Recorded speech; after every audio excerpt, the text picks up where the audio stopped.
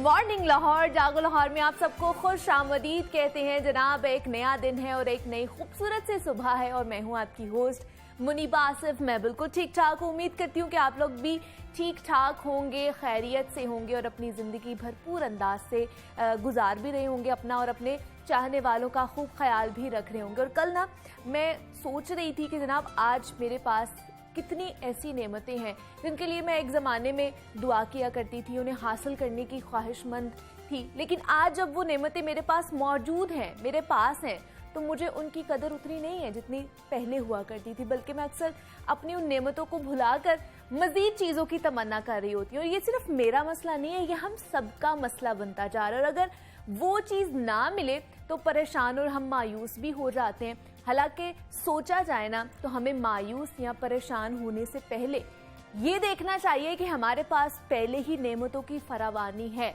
फिर भी अगर हम मायूस हो जाएं अपनी ज़िंदगी में तो ये नाशुक्री के सिवा कुछ नहीं होता है, और अल्लाह नाशुक्री को बिल्कुल भी पसंद नहीं करता है। इसलिए हमें चाहिए कि हमारे पास जो चीज़ मौजूद होती है ना उस पर हम खुश रहना सीखें और अच्छे की उम्मीद हमेशा रखें कि अल्लाह ने हमें पहले भी अता किया है और वो ज़ात इतनी अजीम है कि हमें आगे भी इंशाल्लाह नवाजते ही रहेगी। तो अच्छे की उम्मीद आप लोगों ने भी और मैंने भी हमेशा से ही अपनी ज़िंदगी में रखनी है। तो अब आगे बढ़ते हैं, प्रोग्राम का बाकायदा जनाब आगाज़ करते हैं। हमेशा की तरह आज भी बहुत से टॉपिक्स आपके पसंदीदा लेकर आए हैं, जिसमें बहुत सारे गेस्ट होंगे जो हमारे लिए इंफॉर्मेशन लेकर आए हैं, जो आप तक भी पहुँचाएंगे। लेकिन अभी हमने बात करनी है जनाब शहर लाहौर में पड़ने वाली सख्त गर्मी और हब्स की वजह से गर्मी की शिद्दत में इस कदर इजाफा हो चुका था। आज तो शुक्र है अल्लाह का कि जनाब मौसम कदरे बेहतर है। और पिछले अगर दिनों की बात की जाए तो बहुत ज़्यादा गर्मी थी और अक्सर हमने देखा और सुना है कि इस मौसम में वज़न कम किया जा सकता है, गर्मी के मौसम में। और हम में से बहुत से लोग वज़न कम करना भी चाहते हैं, मेरे समेत, और आम तौर पर वज़न कम करने के तरीके तलाश करने की कोशिश भी हम करते रहते हैं। लेकिन हम में से सिर्फ चंद लोग ही हैं हकीकत में मुस्बत नताइज देखते हैं। कुछ लोग महीनों के बाद भी उसी वज़न पर कायम रहते हैं, जबकि कुछ लोगों का वज़न मज़ीद बढ़ जाता है कम होने की बजाय। तो बहुत ज़्यादा इंफॉर्मेशन और रुझान की वजह से हम मालूम करने से कासिर हैं कि हमारे जिस्म को दर हकीकत किस चीज़ की ज़रूरत होती है और वो मौसर तरीके से वज़न कम करना चाहते हैं। तो वज़न को किस मौसम में मौसर अंदाज में हम कम कर सकते हैं? क्या आजकल के मौसम में वज़न वाकई कम किया जा सकता है? और कौन कौन सी एक्सरसाइज और तरीकों से हम वज़न को मौसर अंदाज में कम करें, ये सब जानेंगे जनाब। आज हमारे साथ फिटनेस एक्सपर्ट्स मौजूद हैं, उनसे जानेंगे। सबसे पहले तो आपको इंट्रोड्यूस कराती चलूँ, सानिया कमर क्लिनिकल न्यूट्रिशनिस्ट हमारे साथ मौजूद है और उनके साथ साथ आज हमें ज्वाइन किया है जानजेब हफीज़ हैं, फिटनेस एक्सपर्ट हैं। जानजेब आपको भी वेलकम कहती हूँ जागो लाहौर में, और सानिया आपको भी वेलकम कहती हूँ जागो लाहौर में। सानिया, सबसे पहले आप ही से स्टार्ट कर लेती हूँ। जैसे गर्मी के मौसम में बहुत सारे लोग कहते हैं कि शायद वज़न बहुत जल्दी कम किया जा सकता है, लेकिन हमारी डाइट किस तरह की होनी चाहिए इस मौसम में, ताकि हम अगर वज़न कम कर भी रहे हैं तो कोई डेफिशिएंसी ना हो जाए हमारे अंदर? देखिए, सबसे पहले तो ये कि हम जब गर्मियाँ आती हैं, हम सबको ज़ाहिर है प्यास ज़्यादा लगती है, हमारी दिन में रूटीन ऐसी ना भी हो कि हम ज़्यादा काम करें, प्यास सबको लगती है। गर्मी है, इतनी ज़्यादा गर्मी है, तो इस वजह से ज़्यादातर लोग हेल्दी फूड अपनी कंजम्पशन करने की कोशिश में खा तो वो अच्छी चीज़ें रहे होते हैं, लेकिन उनका खाने का तरीका और उनका इस्तेमाल का तरीका वो गलत होता है अक्सर। जैसे कि फ्रूट जूसेस का इस्तेमाल हम सबके घरों में बहुत ज़्यादा होने लग गया है, फालसे का जूस सबके घरों में बन रहा है, और एक नहीं 2-3 दफ़ा दिन में पिए जा रहे हैं, ये सोचे बगैर कि उससे शुगर कितनी स्पाइक हो सकती है आपकी। और मतलब वैसे इट्स अ बेटर ऑप्शन, अगर आप दूसरे डब्बे के जूसेस की जगह ये पी रहे हैं तो अच्छी बात है, लेकिन उसको कितना ज़्यादा कंज्यूम कर रहे हैं ये लोग ख्याल नहीं रख रहे होते। तो लेना हर चीज़ एतदाल में सबसे बेहतरीन, इसका हल यही है कि हर चीज़ एतदाल में सबसे बेहतरीन रहती है। जैसे जूस भी ले रहे हैं तो आप एक दफ़ा ले लें, बेहतर है। और जो लोग वेट लूज करना चाह रहे हैं वो जूस की जगह वो होल फ्रूट खा ले, वो ज़्यादा बेहतर है उनके लिए। जहाँ से आपसे जानना चाहूँगी, क्या इस मौसम में जो गर्मी पड़ रही थी आज से 2-3 दिन पहले, हब्स का मौसम था, गर्मी बहुत ज़्यादा थी, बाहर निकलते थे तो ऑलरेडी हम पसीने से भरे हुए होते थे, तो इस मौसम में क्या एक्सरसाइज के थ्रू हम वजन कम कर सकते हैं? हाँ, बहुत अच्छा कर सकते हैं। अच्छा, एक्सरसाइज आजकल के दिनों में बेसिक स्वेटिंग बहुत होती है, तो लोग जो जिम आते हैं उनको खुशी बहुत होती है कि शायद हम लोग बहुत वर्कआउट कर रहे हैं, लेकिन उसके साथ साथ उनका मेटाबॉलिज्म सिस्टम तेज़ हो जाता है, तो वो वर्कआउट ज़्यादा करते हैं, तो उनको लाजमी बात है उसके साथ साथ उनको कटिंग में, यानी कि हमारी ज़ुबान में कटिंग कहते हैं, लेकिन वेट लॉस में बहुत हेल्प मिल जाती है। अच्छा, लेकिन जहाँ से कहते हैं ना कि इस मौसम में, खासतौर पर हब्स के मौसम में खून पसीना एक हुआ होता है, तो इस मौसम में नहीं करनी चाहिए क्योंकि बहुत सी कॉम्प्लिकेशंस भी आ सकती हैं, आपका हार्ट प्रॉब्लम भी आ सकती है, ऐसा है? बिल्कुल सही कहते हैं। खून पसीने की तो मिसाल बनी हुई, बेसिकली हमारी, जहाँ तक हमारी नॉलेज है उसके मुताबिक आपकी बॉडी को हाइड्रेट रहना चाहिए। अच्छा, हम लोग बहुत ज़्यादा स्वेटिंग हो रही थी, ह्यूमिडिटी लेवल बहुत ऊपर चला जाता है, ऑक्सीजन लेवल कम हो जाता है, तो वो वजह बनती है ये हार्ट को एकदम पंप स्लो हो जाने का, बीपी डाउन हो जाने का। लिमिट में रह के अपनी एक्सरसाइज करनी है। अनलिमिटेड एक्सरसाइज नहीं हो सकती इन दिनों। आपने बहुत अच्छी एक्सरसाइज करनी है, लेकिन हाइड्रेट रह के। ठीक है। जैसे आप डिहाइड्रेट हुए तो आप एकदम पैक कर जाएंगे। हाइड्रेशन का लेवल जो है वो बहुत ज़्यादा ज़रूरी है। तो मुझे आप बताइए सानिया कि हाइड्रेट हम लोगों ने रहना है, क्या क्या चीज़ें खा सकते हैं? जूसेस के अलावा अगर फ्रूट खा रहे हैं, ठीक है, सब्जियां किस तरह की खानी चाहिए? क्या जूसेस के अलावा कोई और अल्टरनेट है हमारे पास? फ्रूट्स अगर अकेले भी आप खा रहे हैं तो उसमें अल्लाह की तरफ से है, उसमें पानी आपको उसके थ्रू भी मिल जाएगा। अच्छा। आप खाने बना रहे हैं, बनाने के तरीके ऐसा हमें लगता है कि हमारा पूरा नहीं होता, उसके अलावा बाकी आप पानी, खाली पानी अक्सर लोग नहीं पी पाते, दिल नहीं करता। हाँ। लेकिन अपनी पता है ज़रूरत है तो, और स्पेशली जो लोग वेट लूज़ करना चाह रहे हैं उनको पता है। और इससे ये भी है कि अक्सर लोगों को प्यास लगी होती है, वो समझते हैं उनको भूख लगी है। अच्छा। गर्मियों में ये भी एपिसोड्स अक्सर हो रहे होते हैं, प्यास लगी है लेकिन हम उसको भूख समझ के खाना खाने लग जाते हैं। तो अपनी पानी की आपको इंटेक पूरी करनी पड़ेगी दिन में, जिस भी तरह है। आप 2 to 2.5 लीटर्स मैं कहती हूँ पीना चाहिए।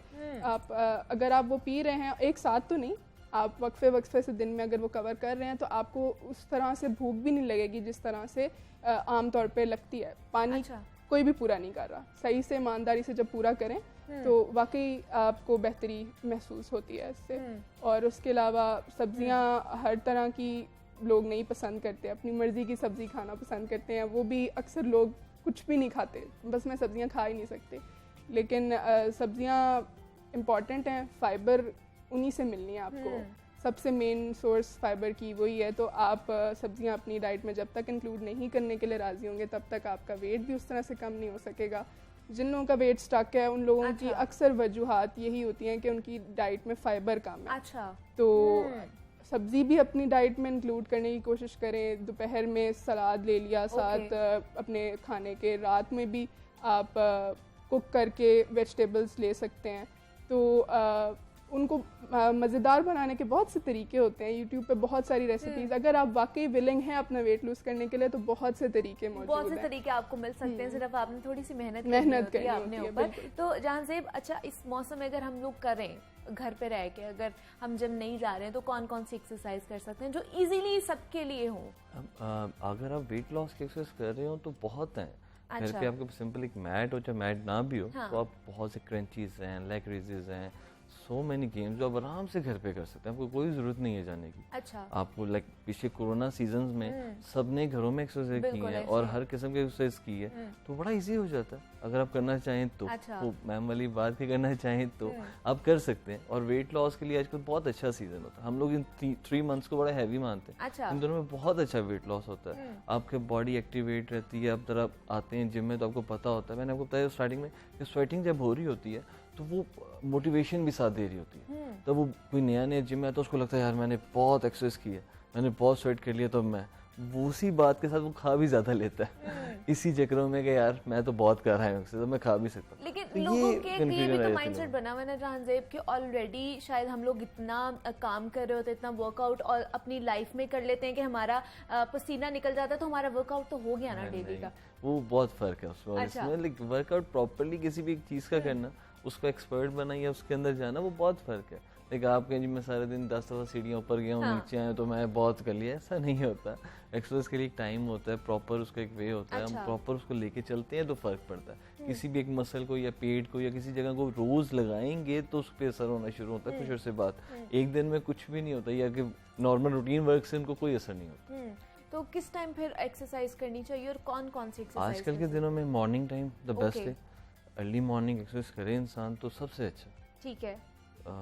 एक्सरसाइजेस तो डिफरेंस है, डिफरेंटली क्रंचेस, लेग रेजेस और डिफरेंट वेट की एक्सरसाइज तो बहुत ज़्यादा है, जितनी आप बोलें उतनी कम है। अच्छा। लेकिन करने हो तो जिम के अंदर फिर फैसिलिटीज़ बहुत ज़्यादा होती हैं जो घर में नहीं मिल सकती है। मैक्सिमम 2, 3, 4 गेमें कर लेंगे घर में, वेट, बेंच, सब चीज़ें वो जिम में मिल सकते हैं आपको। तो इसलिए फिर जिम को प्रेफर किया जाता है कि जिम जाएं, और जिम में माहौल होता है तो फिर आप मोटिवेट हो जाते हैं, लोगों को देखते हैं कि ये कर रहा है तो मैं भी कर सकता हूँ। बेसिक वहाँ से जाके काम शुरू होता है। ठीक है। लेकिन सानिया, बहुत से लोग हैं डाइट शुरू करते हैं, कीटो डाइट पे भी चले जाते हैं, बिल्कुल क्रैश डाइट भी कर रहे होते हैं, लेकिन फिर भी वो कहते हैं कि हमारा वजन वहीं पे रहता है, या थोड़ी देर के लिए तो वजन कम होता है, दोबारा से हम पुट ऑन कर लेते हैं। इसकी क्या वजह है? देखें, सबसे जो आपने भी मेंशन किया कीटो डाइट, सबसे पहले तो यही कि मैं एज अ न्यूट्रिशनिस्ट इसकी बिल्कुल भी सपोर्टर नहीं हूँ, क्योंकि इस तरह की जो क्रैश डाइट्स करते हैं उसका अंजाम ही है कि आपने एक दिन वापस वो वेट गेन कर लेना है, या आप एज अ लाइफस्टाइल इसको अडॉप्ट नहीं कर सकते।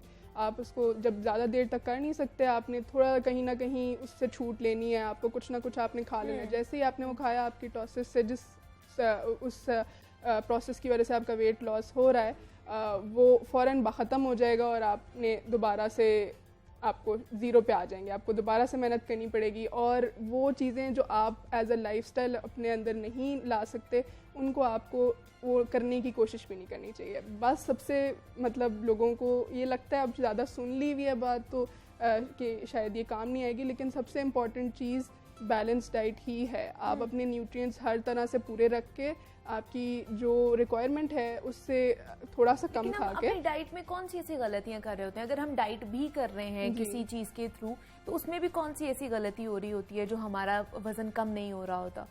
बहुत सी चीज़ों का अक्सर ख़वातीन तो घर में उनका सबसे बड़ा ये रीज़न होता है कि वो समझती हैं कि हम इतना काम करते हैं सारा दिन कि हमें एक्सरसाइज की ज़रूरत नहीं है। वो कम खा रही हैं, वो अच्छा खा रही हैं, सब ठीक है, लेकिन इससे एक हद तक उनका वेट कम होगा। इसके बाद एक टाइम आएगा वो रुक जाएगा, बिकॉज उनकी फिजिकल एक्टिविटी नहीं है।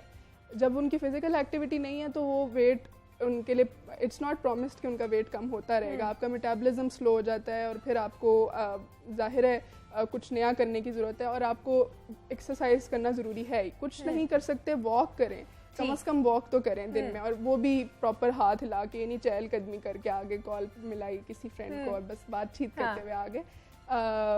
अपना आप पे फोकस करने की ज़रूरत है कि आप किस टाइम निकाल सकते हैं। हर कोई निकाल सकता है, ये जिसने करना है वो टाइम निकाल सकता है। तो सुबह निकाल लें, आप काम से पे जाने से पहले, काम से आके रात को शाम के टाइम निकाल लें, व्हाटएवर टाइम सूट्स यू, लेकिन ब्रिस्क वॉक कर लें। नहीं तो आप घर में यूट्यूब पे आप लगा के सिंपल एज सर सेड कि आप अपना घर पे भी वर्कआउट कर सकते हैं विद जस्ट अ मैट। तो सिर्फ एक्सक्यूजेज हैं, जब करना चाहें तो आप वाकई कर सकते हैं। एक्सरसाइज नहीं होती, और बहुत ज़्यादा लोग जो है चाय कंज्यूम कर रहे होते हैं। तो चाय इज़ नॉट बैड, लेकिन चाय के थ्रू जितनी ज़्यादा कैलोरीज वो कंज्यूम कर रहे हैं बार बार चाय पीने से, वो भी एक वजह होती है कि आपका वेट कम नहीं हो रहा होता। कम नहीं हो रहा होता। ठीक है। दिन में 2 दफ़ा चाय पी रहे हैं, उसमें अक्सर लोग पीते ही दूध पत्ती हैं, दूध उतनी दफ़ा जा रहा है। दूसरा, चीनी नहीं छोड़ पाते, शक्कर पे आ जाते हैं कि हम हेल्दी हो रहे हैं, ब्राउन शुगर पे आ जाते हैं, लेकिन कैलोरीज उसमें बराबर ही मिल रही हैं। ठीक है। इट्स बेटर कि आप स्टीविया की तरफ आ जाएं। It's sugar alternative. अक्सर लोगों को नहीं पता, लेकिन इट्स क्वाइट सेफ। जितनी हमारी दिन में चीनी का ऑल्टरनेट हमारे पास है कि आप स्टीविया यूज कर सकते हैं। तो जानजेब, एक्सरसाइज में हम कौन कौन सी गलतियां कर रहे होते हैं? जैसे हम खाने में गलतियां कर रहे होते हैं कि हम डाइट तो करें लेकिन गलती के साथ कर रहे हैं और हमारा वेट स्टक हो जाए। एक्सरसाइज में भी हम गलती कर रहे होते हैं जिसकी वजह से हमारा एक्सरसाइज नहीं कम हो रहा, वेट कम नहीं हो रहा होता। एक्सरसाइज में गलतियों से भरे होते हैं। अच्छा। हम तक, लाइक हमसे भी हो जाती है। आपको पता ही नहीं होता आपने कौन से एंगल को हिट करना है, कौन से को नहीं करना है, कौन सी जगह आपके लिए ज़्यादा ज़रूरी है। कभी आपका लोअर एब हैवी है, कोई अपर है, उस लोगों को पता ही नहीं हाँ जी। होता, वो बस देखते हैं, आपको देखा मुझे देखा, वही एक्सरसाइज शुरू कर दी, जो आपने किया उसी को कॉपी कर लूँगा, हाँ। ये एक्सरसाइज। लेकिन आपको देखना पड़ता है आप किस बॉडी के पार्ट की लगा रहे हैं, कहाँ पे आपने फोकस करना है, आपकी कंसंट्रेशन उस पर प्रॉपर होनी चाहिए फोकस, फिर आप स्टार्ट करते बिल्कुल, हो, फिर आप बिल्कुल। उसके ऊपर जाते हैं। अदर देन तो आप कॉपी करते रहेंगे तो कभी भी उसको फॉलो नहीं कर पाएंगे। और फिर एग्जैक्टली। टाइम रैप्स, लोग कहते हैं 6 रैप 8 रैप, मैं बर्गर नहीं, वो पूरा टेनोर होता है, रैप्स होते हैं, उसके जी। मुताबिक चलना। ठीक है जी, ये बड़ा ज़रूरी है कि आपने कंसिस्टेंट रहकर कोई चीज़ करनी है, वो चाहे एक्सरसाइज हो जाए या फिर डाइटिंग हो जाए, लेकिन आपने ख्याल रखना है बहुत सी चीज़ों का। बिल्कुल ही नहीं है कि क्रैश डाइट कर लिया और इतना हैवी वर्कआउट कर लिया कि आपको सेहत के हवाले से जो है बहुत सा नुकसान उठाना पड़ जाए। तो जहांजेब हफीज़ फिटनेस एक्सपर्ट हमारे साथ मौजूद थे और सानिया कमर क्लिनिकल न्यूट्रिशनिस्ट हमारे साथ मौजूद थे। आप दोनों का बहुत शुक्रिया। यहाँ पे एक छोटी सी ब्रेक लेते हैं, मिलते हैं इस ब्रेक के बाद।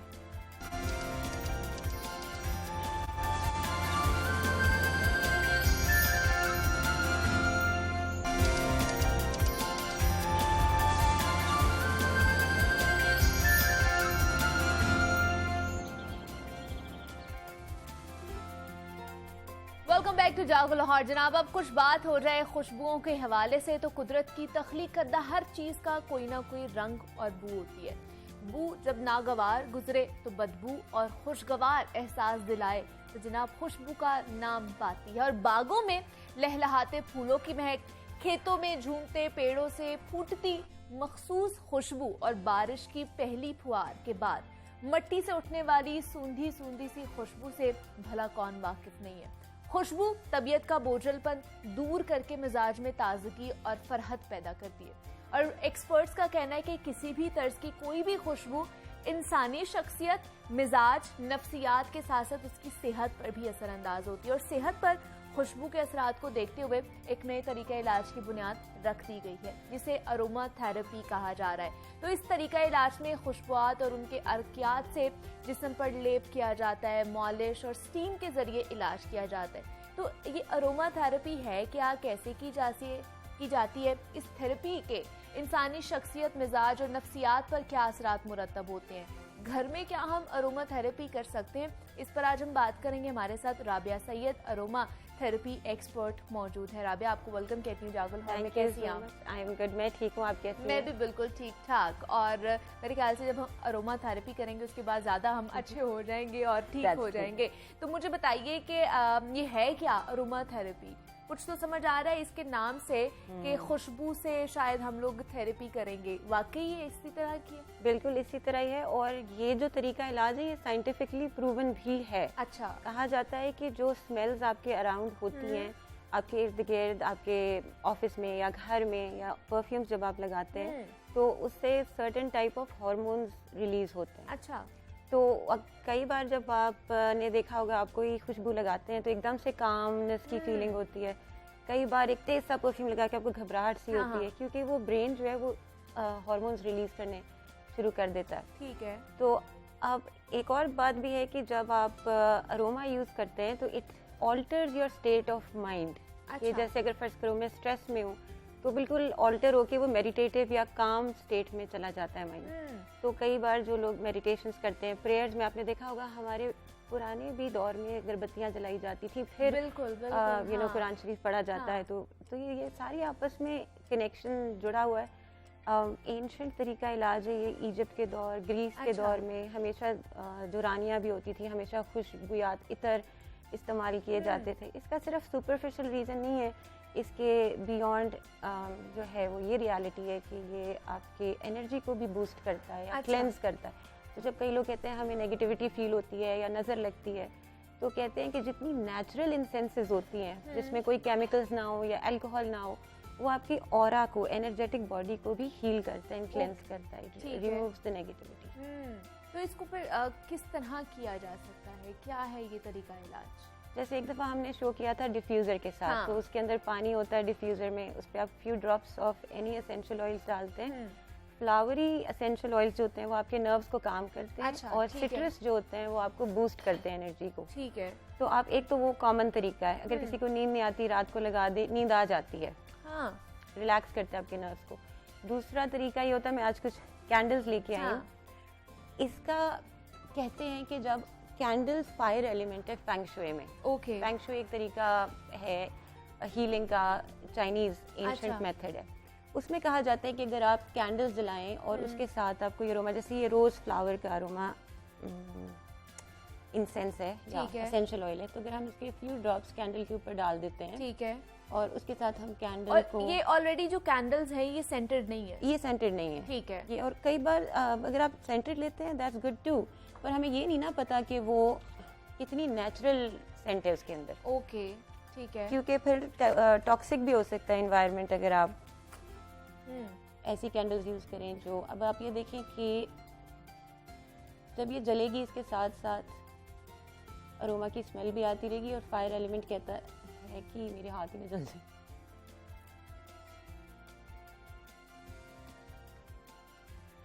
तो आई थिंक दो ही ठीक है।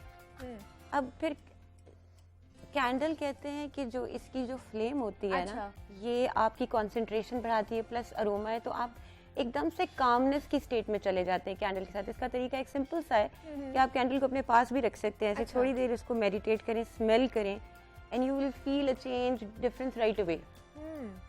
ठीक है। वो अरोमा जो है वो पूरे आपके आपको स्मेल आना शुरू हो जाएगी उस चीज़ की, और वो थेरेपी खुद ही से शुरू हो जाएगी। खुद ही से कितनी देर ये करनी चाहिए हमें, कौन सा वक्त होना चाहिए इसका?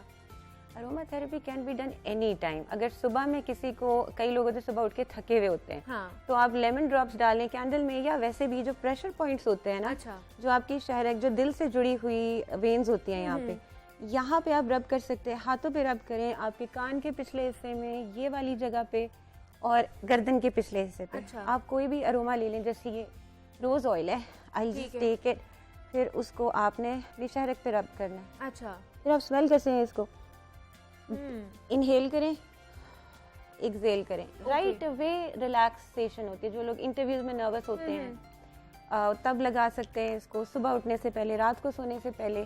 पर ये ज़रूर डिपेंड करता है कि जो आप यूज़ करें एसेंशियल ऑयल, वो उस मूड के हवाले से हो। जैसे रोज़ जो है या जैस्मिन जो है, ये रिलैक्स करेंगे, लेमन, ऑरेंज आपको एनर्जी ज़्यादा देंगे। अच्छा ठीक है। तो जिस तरह रात को नींद नहीं आती है, बहुत से लोगों को इंसोम्निया होता है, उसके लिए फिर कौन सा एसेंशियल ऑयल या किस तरह की फिर ये अरोमा थेरेपी कर सकते हैं? Lavender oil is very good, jasmine oil is very good. तो आप डिफ्यूज़र में इसको लगाएं, साथ ही ब्लू कलर की कैंडल आप लगा दें थोड़ा सा, हाँ, क्योंकि it's a colour therapy as well as ये अरोमा को ज़रा ज़्यादा बूस्ट करती है, प्लस फायर एलिमेंट चेंज करता है, शिफ्ट करता है एनर्जी को। अच्छा। तो अगर डिप्रेशन है, घर में सारे उदास दुखी रहते हैं, तब भी डू दिस प्रैक्टिस, तो काफ़ी बेहतर फील होता है। ब्लू कलर को करना चाहिए? ब्लू कलर को फोकस करें, sky blues, light greens, light वाले कलर्स। अगर आपको एनर्जी चाहिए, रिलेशनशिप ठीक नहीं है, तो रेड वाला यूज़ करें। अच्छा। अगर कॉन्फिडेंस चाहिए ज़्यादा, तो येलो यूज़ करें। अच्छा ठीक है। और ये जो रेनबो कलर में पड़ा हुआ है, इसका भी कोई ये है, ये वैसे ही ये है? स्पेशली कनाडा से आई है। इसका असल में this is one of my favourite candles.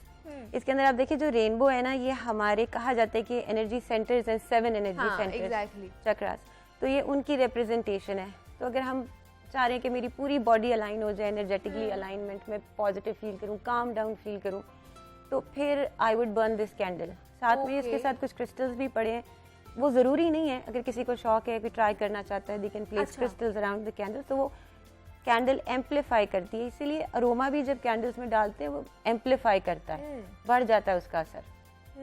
ठीक है। और ये भी वही टाइम है कि आप किसी भी टाइम कर सकते हैं इस चीज़ को? ये अगर आप तो बाकायदा मेडिटेशन प्रैक्टिस करनी है, डू इट बिफोर मगरिब। अच्छा। अगर सिर्फ आपने इन्वायरमेंट अच्छा पॉजिटिव करना है, तो डू इट आफ्टर मगरिब, क्योंकि कोई भी प्रैक्टिस जब मगरिब के बाद की जाती है, रात को सोने से पहले, वो आपकी, क्योंकि उस टाइम पे बॉडी अपनी फ्रीक्वेंसी बदल रही होती है, दिमाग, हमारा जहन, कई लोग कहते भी हमें शाम को डिप्रेशन होता है, राइट। तो उस टाइम पे हम बॉडी को हिलाना जुलाना नहीं चाहते, इंटरनली हम एनर्जी को ज़्यादा मूव नहीं करना चाहते, हम काम डाउन करेंगे उसको। अच्छा। दिन के टाइम हम उसका प्ले अराउंड कर सकते हैं। ठीक। तो दिन के टाइम आप ज़्यादा मेडिटेशन या ऐसी चीज़ें करें, और रात को बस सोने की तैयारी करें कि उसमें रिलैक्सेशन हो और कामनेस हो। तो अच्छे ऑयल्स, अच्छे कलर्स, लाइटर शेड्स, वो यूज़ कर सकते हैं। लेकिन जो सेंटेड कैंडल्स ऑलरेडी उनमें जो सेंट होता है वो यूज़ करें तो उससे क्या कोई नुकसान होगा या वो भी ठीक है किसी हद तक थेरेपी में? बिल्कुल ठीक है। आई मीन एक हद तक कोई भी सेंट हो, बात ये है कि कोशिश करें कि थोड़ी सी जिसमें केमिकल ज़्यादा ना हो। अच्छा। उसे लिखा भी होता है कि क्या क्या चीज़ें डली हुई हैं, कई कैंडल्स पे, कहीं पे नहीं लिखा होता, पर already scented candles are good, घर में बनाई जा सकती हैं, इतनी आसान होती हैं कैंडल बनानी। तो क्या ये सेंट जो हमें मिलते हैं जैसे रोज सेंट आप बात करें कि ये भी चीज़ें घर पे बनाई जा सकती हैं? इसके थोड़े टेक्निकलिटीज़ होती हैं, वैसे तो बनाया कुछ भी घर में बनाया जा सकता है, इट्स नॉट वेरी डिफिकल्ट। आप वैसे भी इसका एक तरीका बता भी देती हूँ बनाने का। आपने ना आमंड ऑयल लेना है। अच्छा। उसके अंदर ना रोजेस को आपने थोड़ा सा ना अलग से पानी में पका लेना है और वो ऑयल के अंदर आप डाल दें उसको और फिर जो है ना उसे यूज़ कर लें। It's a very good essential oil. अच्छा। हाँ, ये आपका रोज ऑयल बन जाएगा? रोज ऑयल स्किन पे भी लगा सकते हैं इसको, स्किन भी अच्छी हो जाएगी, आपका कोई केमिकल्स नहीं है उसके अंदर। अच्छा। That's आप it, एक yeah. ऑर्गेनिक जो है घर में आराम से एसेंशियल ऑयल रेडी कर सकते हैं। That's what I normally do। ये तो बड़ा था, बॉटल अच्छी थी इसकी तो मैं ले आया था, otherwise I just make my own stuff। अच्छा, आप घर में खुद ही बनाती हैं सारी चीजें और कैंडल्स भी आप आराम से इजीली घर में बना सकते हैं? बिल्कुल बना भी सकते हैं और अगर बाजार से लेने आप ज़्यादा काम नहीं करना चाहते तो आराम से मिल जाती हैं कैंडल्स तो।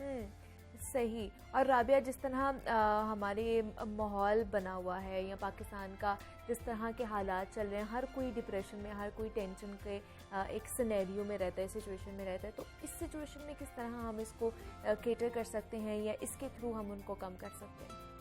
बहुत ही अच्छा सवाल पूछा है आपने, क्योंकि इतनी ज़्यादा एंग्जाइटी और अनसर्टेनिटी क्रिएट हो गई है।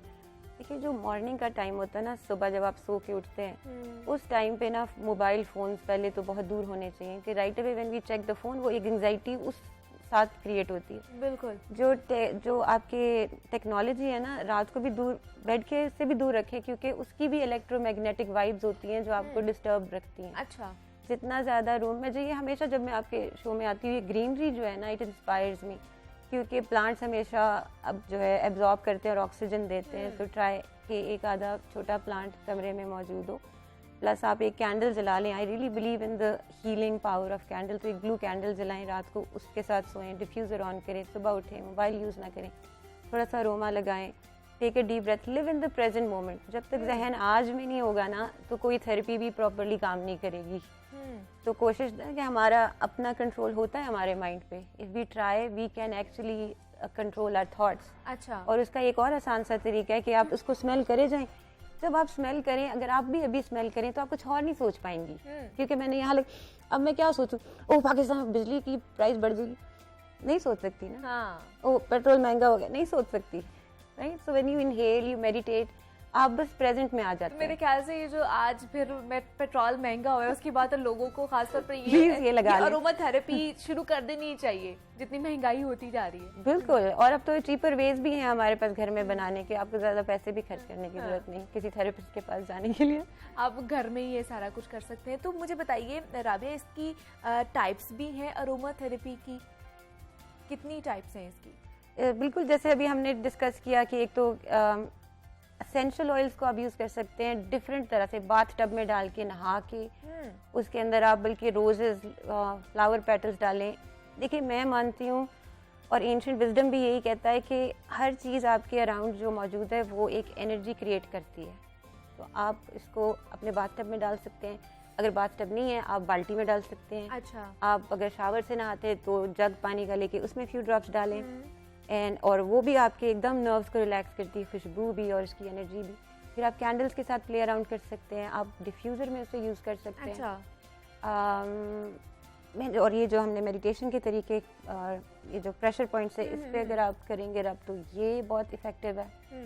और ये जो जैसे पहले भी आपने बात की है कि अगरबत्ती जलाई जाती थी पहले ज़माने में, अभी भी बहुत से लोग हैं जो मगरिब के वक्त उसको जलाते हैं घरों में, उससे भी होती है मेडिटेशन? बिल्कुल होती है, क्योंकि आप ये देखें कि दो तरह से है। एक तो कहा जाता है कि कोई भी हर्ब्स जो होते हैं, नेचुरल हर्ब्स, वो एनर्जी अपलिफ्ट करते हैं स्पेस की।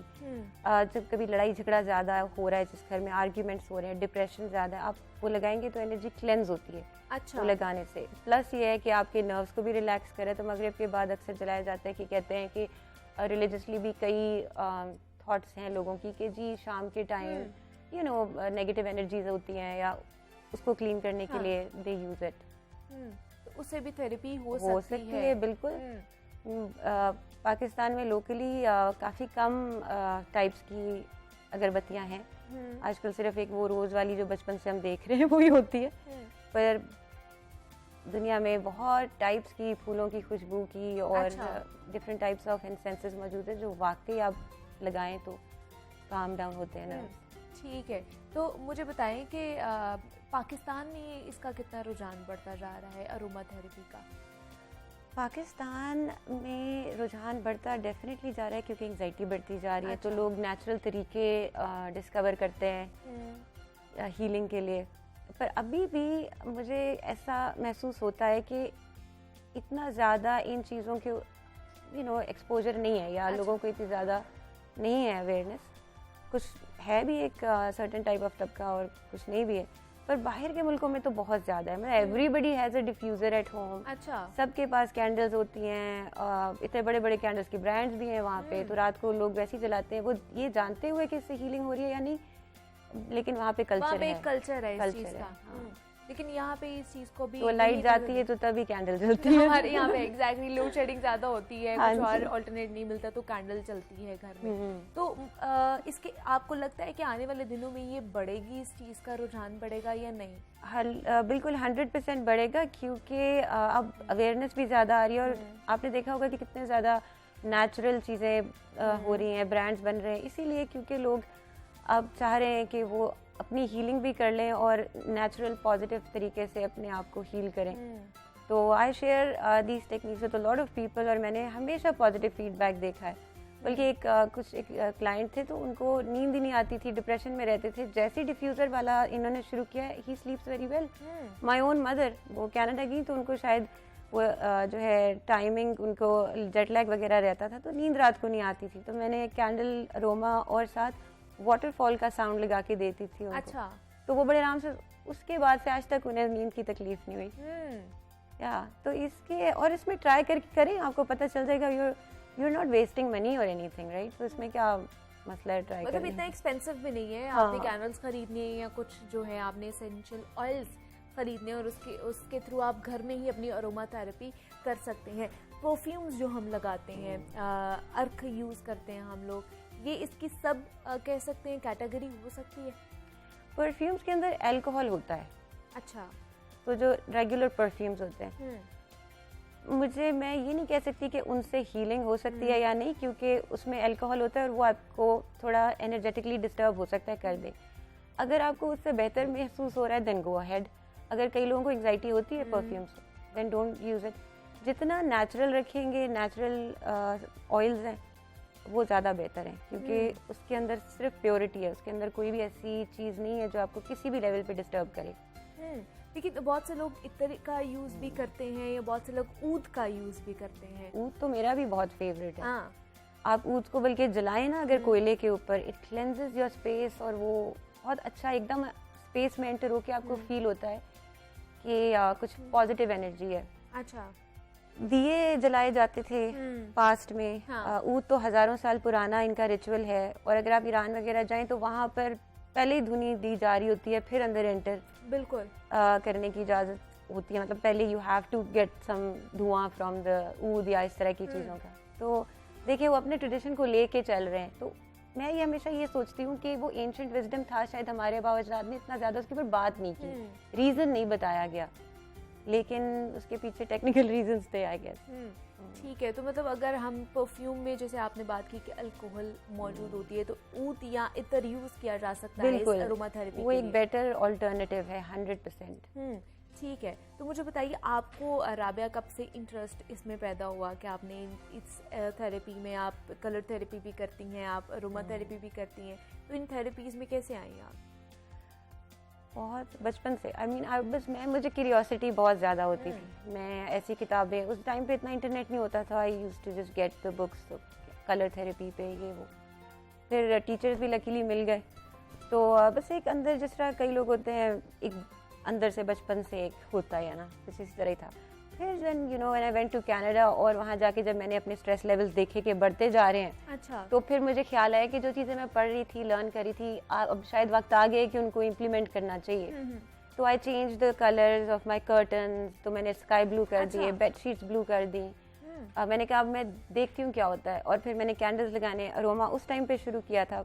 तो मुझे तो यकीन नहीं आया कि with in 3 months I started feeling way better, मेरी एनर्जी बढ़ गई, मुझे एक्सटर्नल भी जो अपॉर्चुनिटीज थी सामने खुलने शुरू हो गई। तो मुझे लगा कि मेरा क्योंकि पर्सनल एक्सपीरियंस था बहुत ज़बरदस्त है, तो मुझे ये लगता है कि कहीं ना कहीं आपकी, क्योंकि every colour has a frequency. अब जो लोग कलर थेरेपी में मानते हैं वो ये कहते हैं कि अगर आपकी एनर्जी लो है ना, if you're feeling depressed, इस कलर की वाइब्रेशन आपकी वाइब्रेशन से हाई है, when you place it, burn it और यूज इट, वेयर इट, वो ऑटोमेटिकली आपके नर्व्स पे असर करने लग जाता है, gives you more energy. Psychology में इसके ऊपर रिसर्च भी बहुत ज़्यादा है, तो मेरी आदत है कि मैं हमेशा साइंटिफिक रीजंस भी तलाश करती हूँ। तो मुझे तो ये ऑल्टरनेटिव हीलिंग अरोमा के थ्रू या कैंडल्स, कलर्स बहुत पर्सनली पसंद है, and then I tried it on so many clients, और मैंने हमेशा पॉजिटिव फीडबैक देखी है। तो घर में जैसे हमारे फर्नीचर होता है, वॉल्स को हम लोग पेंट कराते हैं, किस तरह का पेंट कराना चाहिए अगर इस तरह का माहौल हमारे घर में होना चाहिए? तो कलर्स कौन से जाने चाहिए? अगर किसी घर में फ़र्ज़ करें बच्चे थोड़ा स्ट्रेस में ज़्यादा रहते हैं या पेरेंट्स की लड़ाइयाँ होती हैं, तो ब्लूज, लाइटर शेड्स यूज़ करें, कभी भी रेड या डार्कर ब्राइट चीज़ें यूज़ ना करें। अच्छा। क्योंकि रेड कलर आपके मूड को एग्रेसिव कर सकता है। अगर कोई बहुत लेजी रहता है तो then they should wear red in the morning. Red पहनना अच्छा होता है, gives you more energy, right? सही। तो एक रिसर्च भी मैंने पढ़ी थी ब्लैक कलर के बारे में, कि जो लोग बहुत ज़्यादा ब्लैक पहनते हैं, देखिए वेस्ट में तो ब्लैक वैसे ज़्यादा पहनना पड़ता है ना, जैकेट, सर्दी बहुत होती है, लेकिन जो लोग ज़्यादा ब्लैक पहनते हैं कई बार उनमें डिप्रेसिव टेंडेंसी ज़्यादा होती है। हाँ।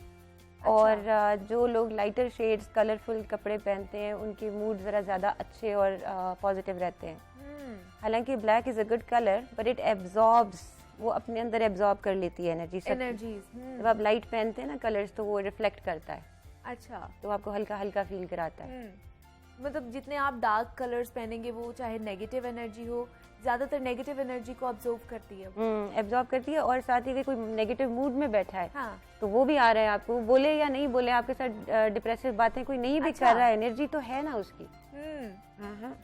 तो आप ब्लैक कर, जब असल में होता है कि हम उस अपने आप को ऑब्जर्व नहीं कर रहे होते कलर्स पहन के, करना चाहिए। Every day when you wear something, feel how you feel. मतलब ये चीजें हो रही होती है हमारे साथ कि हमने जो कलर पहना होता है उसका इफेक्ट हमारी पर्सनालिटी पे, हमारी शख्सियत पे हो रहा होता है। जैसे आज आपने जो कलर पहना है कितना कामिंग है, अब देख के कामनेस का एहसास हो रहा है। और इसी तरह अगर कोई बहुत ज़्यादा ब्राइट, कई लोग नहीं पसंद करते, इरिटेट हो जाते हैं ज़्यादा तेज़ कलर से, रोशनियों से, तो आपकी फ़ौरन आपके जो है ना ट्रिगर कर रहा होता है नर्व्स को और आपके हार्मोन्स को और हर चीज़ को। तो अगर कोई किसी को बहुत गुस्से का मसला है, हमेशा वो गुस्से में रहता है, तो उसे कौन सा कलर पहनना चाहिए? रेड तो बिल्कुल नहीं पहनना चाहिए, रेड बिल्कुल नहीं पहनना चाहिए, ब्लैक बिल्कुल नहीं पहनना चाहिए, स्टे अवे फ्रॉम इट। कमरा उनका हल्के रंगों का होना चाहिए, अच्छा। जिसमें ब्लूज हैं। और लड़के हमेशा बुरा मान जाते हैं कि नहीं हम क्यों करें, ये लड़कियों वाली चीजें हैं। तो they should just wear lighter cloth, lighter shirts, हल्के सफेद रंग पहने, लाइट रखें इसको। अच्छा। रेड बहुत ज्यादा गुस्से को बढ़ा देता है। उसको देखना भी और उसको पहनना भी। कहते हैं कि अगर फर्ज करें, अच्छा आप घर में भी चीजें चेंज नहीं कर सकते, कपड़े भी नहीं आपने नए लाने कलर वाले, तो फिर आप ना फोन पे या एक कागज प्रिंट कर लें उस कलर का, जैसे ब्लू है, 5-10 मिनट उसको देखें, कैंडल को देख सकते हैं 5-10 मिनट, और वो आपकी उसी अच्छा। मुझे ख्याल नहीं आया, मैं आज वो एक ऐनक लेके आती पिंक कलर की। So it's called baker Miller glasses, वो है ही कलर थेरेपी के लिए। अच्छा। तो ब्लड प्रेशर और एंजाइटी को कम करता है। तो उसको 15-20 मिनट पहने, you don't have to spend money to buy that kind of stuff, लेकिन आप कलर उसका प्रिंट करके उसको देखें तो आपके ब्लड प्रेशर भी कम हो जाता है। आप उस चाहें तो अपना blood pressure check before and after कर सकते हैं। मतलब ये मुख्तलिफ जो है तरीका इलाज हो सकते हैं, अरोमा थेरेपी, कलर थेरेपी है, बहुत सारी ऐसी थेरेपीज़ है जिनके थ्रू हम लोग डिप्रेशन, एंजाइटी और भी बहुत सी बीमारियों का शिकार जो होते हैं लोग, वो इसका इलाज कर सकते हैं। राबिया सैयद हमारे साथ मौजूद थी। Rabia, thank you so much for your time. और यहाँ पे एक छोटी सी ब्रेक लेते हैं जनाब, मिलते हैं इस ब्रेक के बाद।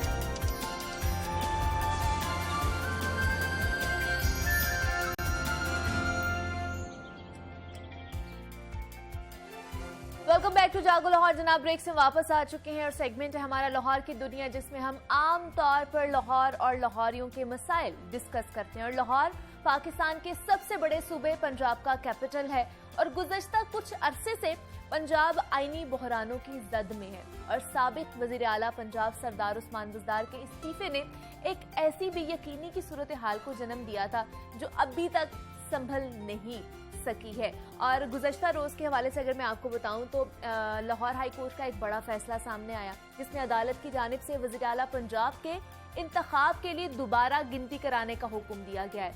और लाहौर हाई कोर्ट के जस्टिस सदाकत अली खान की सरबराही में 5 रुकनी बेंच ने हमजा शहबाज के बतौर वज़ीर आला इंतखाब के खिलाफ एक ही नौयत की मुख्तलिफ दरखास्तों पर 4-1 के तनासुब से फैसला सुनाया है।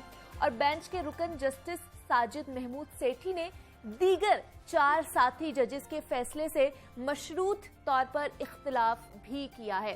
तो जनाब लार्जर बेंच ने 8 सफ़ात पर मुश्तमिल फैसले में हुक्म ये दिया है कि गवर्नर पंजाब 1 जुलाई यानी कि आज शाम 4 बजे असम्बली का इजलास बुलाए और इस इजलास में रीकाउंटिंग होगी। वोटों की गिनती के बाद हमजा शहबाज मतलूबा तादाद हासिल करने में नाकाम होते हैं तो वो फौरी तौर पर उन्हें डिनोटिफाई कर दिया जाएगा, मतलब कि वो वज़ीर आला पंजाब नहीं रहेंगे। तो पंजाब की सियासत का मुस्तकबिल क्या होगा, वज़ारत आला के मनसब पर कौन फाइज होगा और ख़ास तौर पर मुनहर्रिफ अरकान का मुस्तकबिल क्या होने वाला है।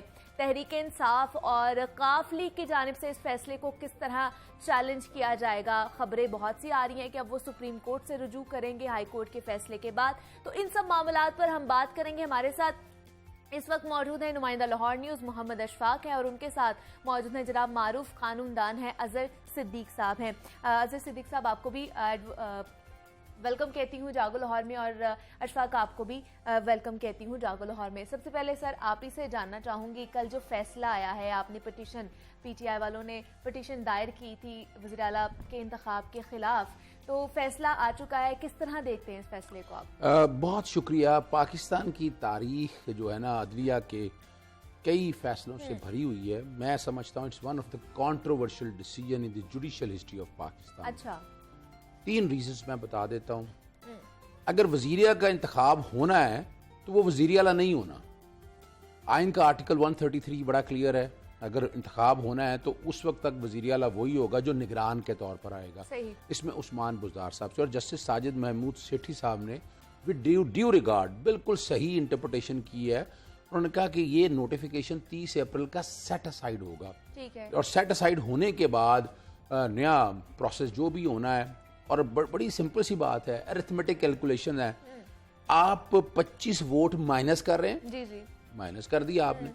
अब 25 वोट माइनस करने के बाद अगर आप सिंपल यही माइनस कर दें 197 या 195, सादा मेजॉरिटी तो आपके पास है नहीं, 186। बिल्कुल। अब इसमें रूल 20 सब रूल 2 बड़ा क्लियर है कि जब सिंगल कैंडिडेट हो तो रीकाउंटिंग की तरफ नहीं मामला जाना, री इलेक्शन की तरफ मामला नहीं जाना, नए कागजात नामजदगी दाखिल होने हैं और उस पर नया इलेक्शन और यही मेरा केस था कोर्ट के सामने। फिर दूसरी एक बात मैं आप अर्ज करता चलूँ आपको, 30 अप्रैल को हमजा ने हलफ लिया।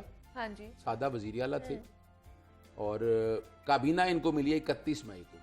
पूरे 1 महीने में जो इकदाम किए ये गैर कानूनी और गैर आईनी है, मुस्तफा इम्पैक्ट केस की वायलेशन है।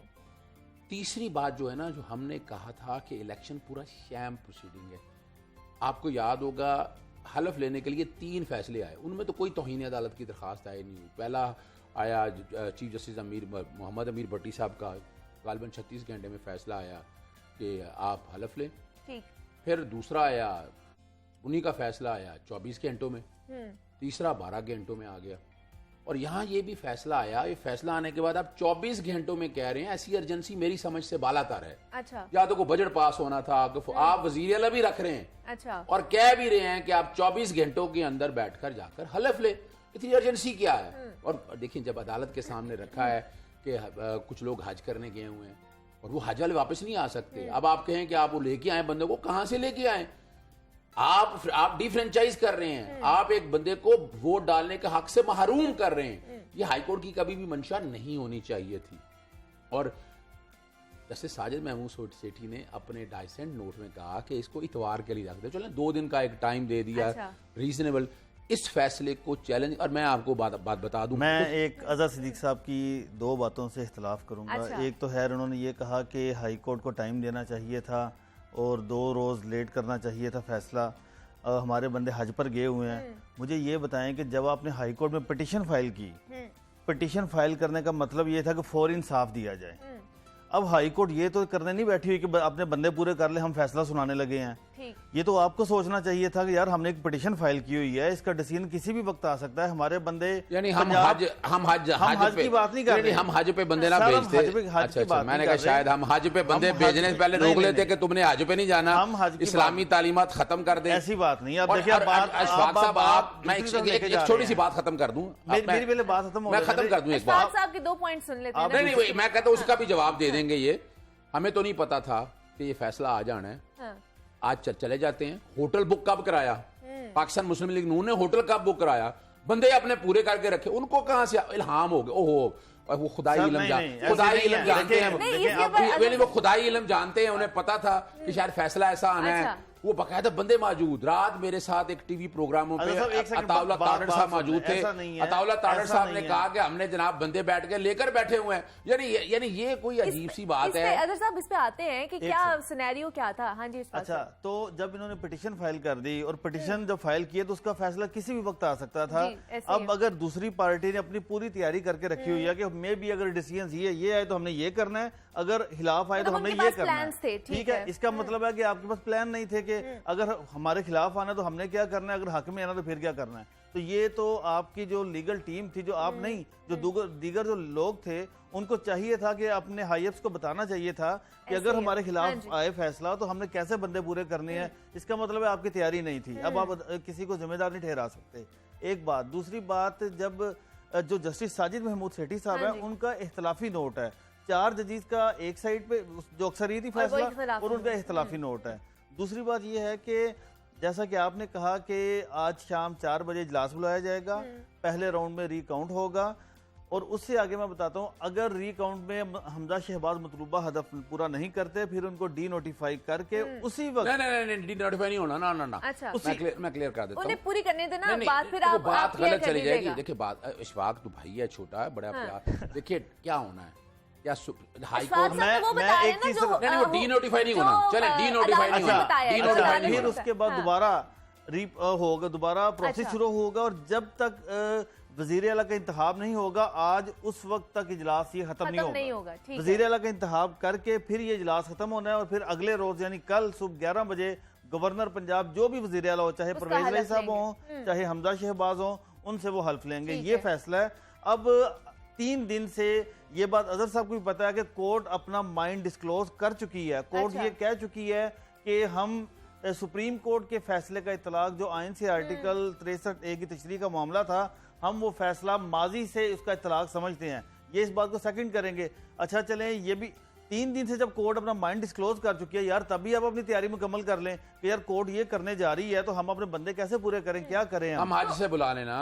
तो सर नहीं, ये सर, आपने बात जब नहीं है। यानी हाईकोर्ट के जजेस को, हाईकोर्ट के जजेस क्या कह रहे हैं कि इस्लामी अहकामात छोड़ के आकर ना आप नहीं नहीं नहीं, यहाँ- ऐसा नहीं और है। क्या है सर और ऐसा क्या नहीं, है? फिर आप पिटीशन ही फाइल ना ओहो, करते। ये सवाल ये पिटीशन नहीं अगर है। आप फिर लोगों आप- ने सर फिर हम हाजिर फाइल बात की फाइल थी। कर पहले मैं लेते हैं। आराम से कोशिश अच्छा। आपको समझाने की कोशिश जी। करता हूँ। कौम देखिए, एक बात याद रखिएगा, आईने पाकिस्तान 1973 आर्टिकल 2A पढ़ लें, 227, मेरे पे इस्लामी अहकामात मानने का हुक्म है।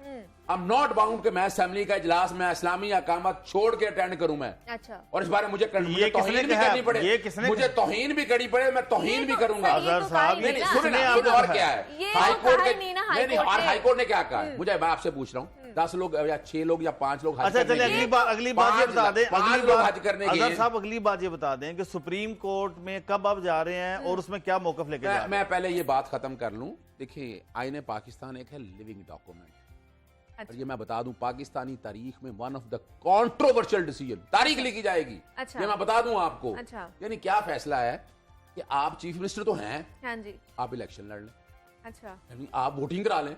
ये आईने पाकिस्तान में आर्टिकल 130 पढ़ लें, 133 पढ़ लें, वजीर आला निगरान होता है, इलेक्शन होता है, इलेक्शन के बाद अजहर जीत साहब जाए, अब तो इलेक्शन- फैसला आ गया है, अब नहीं, फैसला आ नहीं, चुका है। नहीं, नहीं मैंने- देखिए मैंने- अब फैसला आ चुका है। अब अगला मैं लाहे अगला में भी बता बताता हूँ, दें। लेकिन अगला ये हमें पता चल गया है। नहीं, नहीं, ये अब पता नहीं चला ना। अगला हमें बता नहीं, मैं दें बताता हूँ, कि मैं वो आगे बता- आप सुप्रीम कोर्ट मैं में वो क्या भी करने बताता जा हूँ, रहे हैं। देखिए। लेकिन मैं आपको ये बता देता हूँ, कल जो तहरीक इंसाफ की जो लीगल टीम के जो हेड हैं, जो बैरिस्टर सैयद अली जफर साहब हैं, उन्होंने ये कहा है कि हम इस मामले पर सुप्रीम कोर्ट में जा रहे हैं और पिटीशन हमने तैयार कर दायर ली करेंगे, हाँ है जी। और हम ये कोशिश करेंगे सुप्रीम कोर्ट में कि आज ही इस पिटीशन को समाअत के लिए मुकर्रर किया जाए, ताकि अगर हाई कोर्ट का जो भी डिसीजन है उस हवाले से सुप्रीम कोर्ट का वर्डिक आ जाए। ये ना हो कि कल शाम को इलेक्शन हो जाए और फिर हलफ हो जाए और फिर एक मुतनाज़ा वज़ीर आला मैं हो। उसकी तरफ एक आता ये हूँ। चीज़ है। दूसरी बात मैं आपको ये बताऊं कि लाहौर हाई कोर्ट के लार्जर बेंच के सामने जो सवालात उठाए गए थे जब, और उसमें ये कहा गया था कि एक तो अजहर साहब की पिटीशन थी कि पूरे का पूरा इलेक्शन प्रोसेस सेटिस्फाइड किया जाए, अच्छा,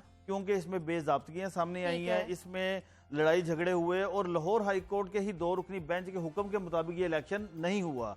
तो उस पर फिर जस्टिस सदाकत अली खान साहब ने ये कहा कि अगर लाहौर हाई कोर्ट के हुक्म पर ये इलेक्शन नहीं हुआ था तो आपको तो कंटेम्प्ट एप्लीकेशन फाइल करनी चाहिए थी, आपने वो नहीं की।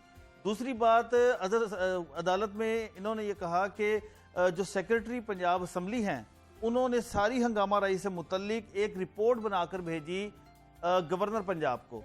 उस पर जस्टिस शाहिद जमील साहब ने कहा कि ठीक है, अगर हम ये मान लें तो मुझे बताएं कि असम्बली के कौन से रूल्स पावर देते हैं सेक्रेटरी पंजाब असम्बली को इस सारे मामले की इंक्वायरी करवाने के। हम ये बेज़ाब्तगी तो तब माने जब किसी आला सतह फोरम पर इसकी इंक्वायरी हुई हो और उसमें ये साबित हुआ हो कि ये चीजें हैं। अच्छा। उस चलिए, मैं जवाब दे दूं। अच्छा, एक सेकंड, अशफाक एक ने तो सारा आपके सामने बर्डन ऐसा रख दिया तस्वीर का नहीं एक नहीं बर्डन नहीं रखे, नहीं, वो एक सारा तस्वीर- बता रहे मैंने तो- डिटेल नहीं, में वो ताकि मैं- हमारे देखने वालों को नहीं, पता मैंने चले अगर कि मुझे कल बुलाया फैसला है, हुआ अगर क्या मेरी है। बात सुनने जी, के जी, जा मैं जरूर। उठ के चला नहीं, जाता नहीं, हूँ, मैं जरूर, यही जरूर। कर सकता हूँ। मैं नहीं, नहीं, उसके अलावा जरूर। क्या कर सकता हूँ? मैं किसी अदलिया को डिफेंड करने नहीं यहाँ बैठा हुआ।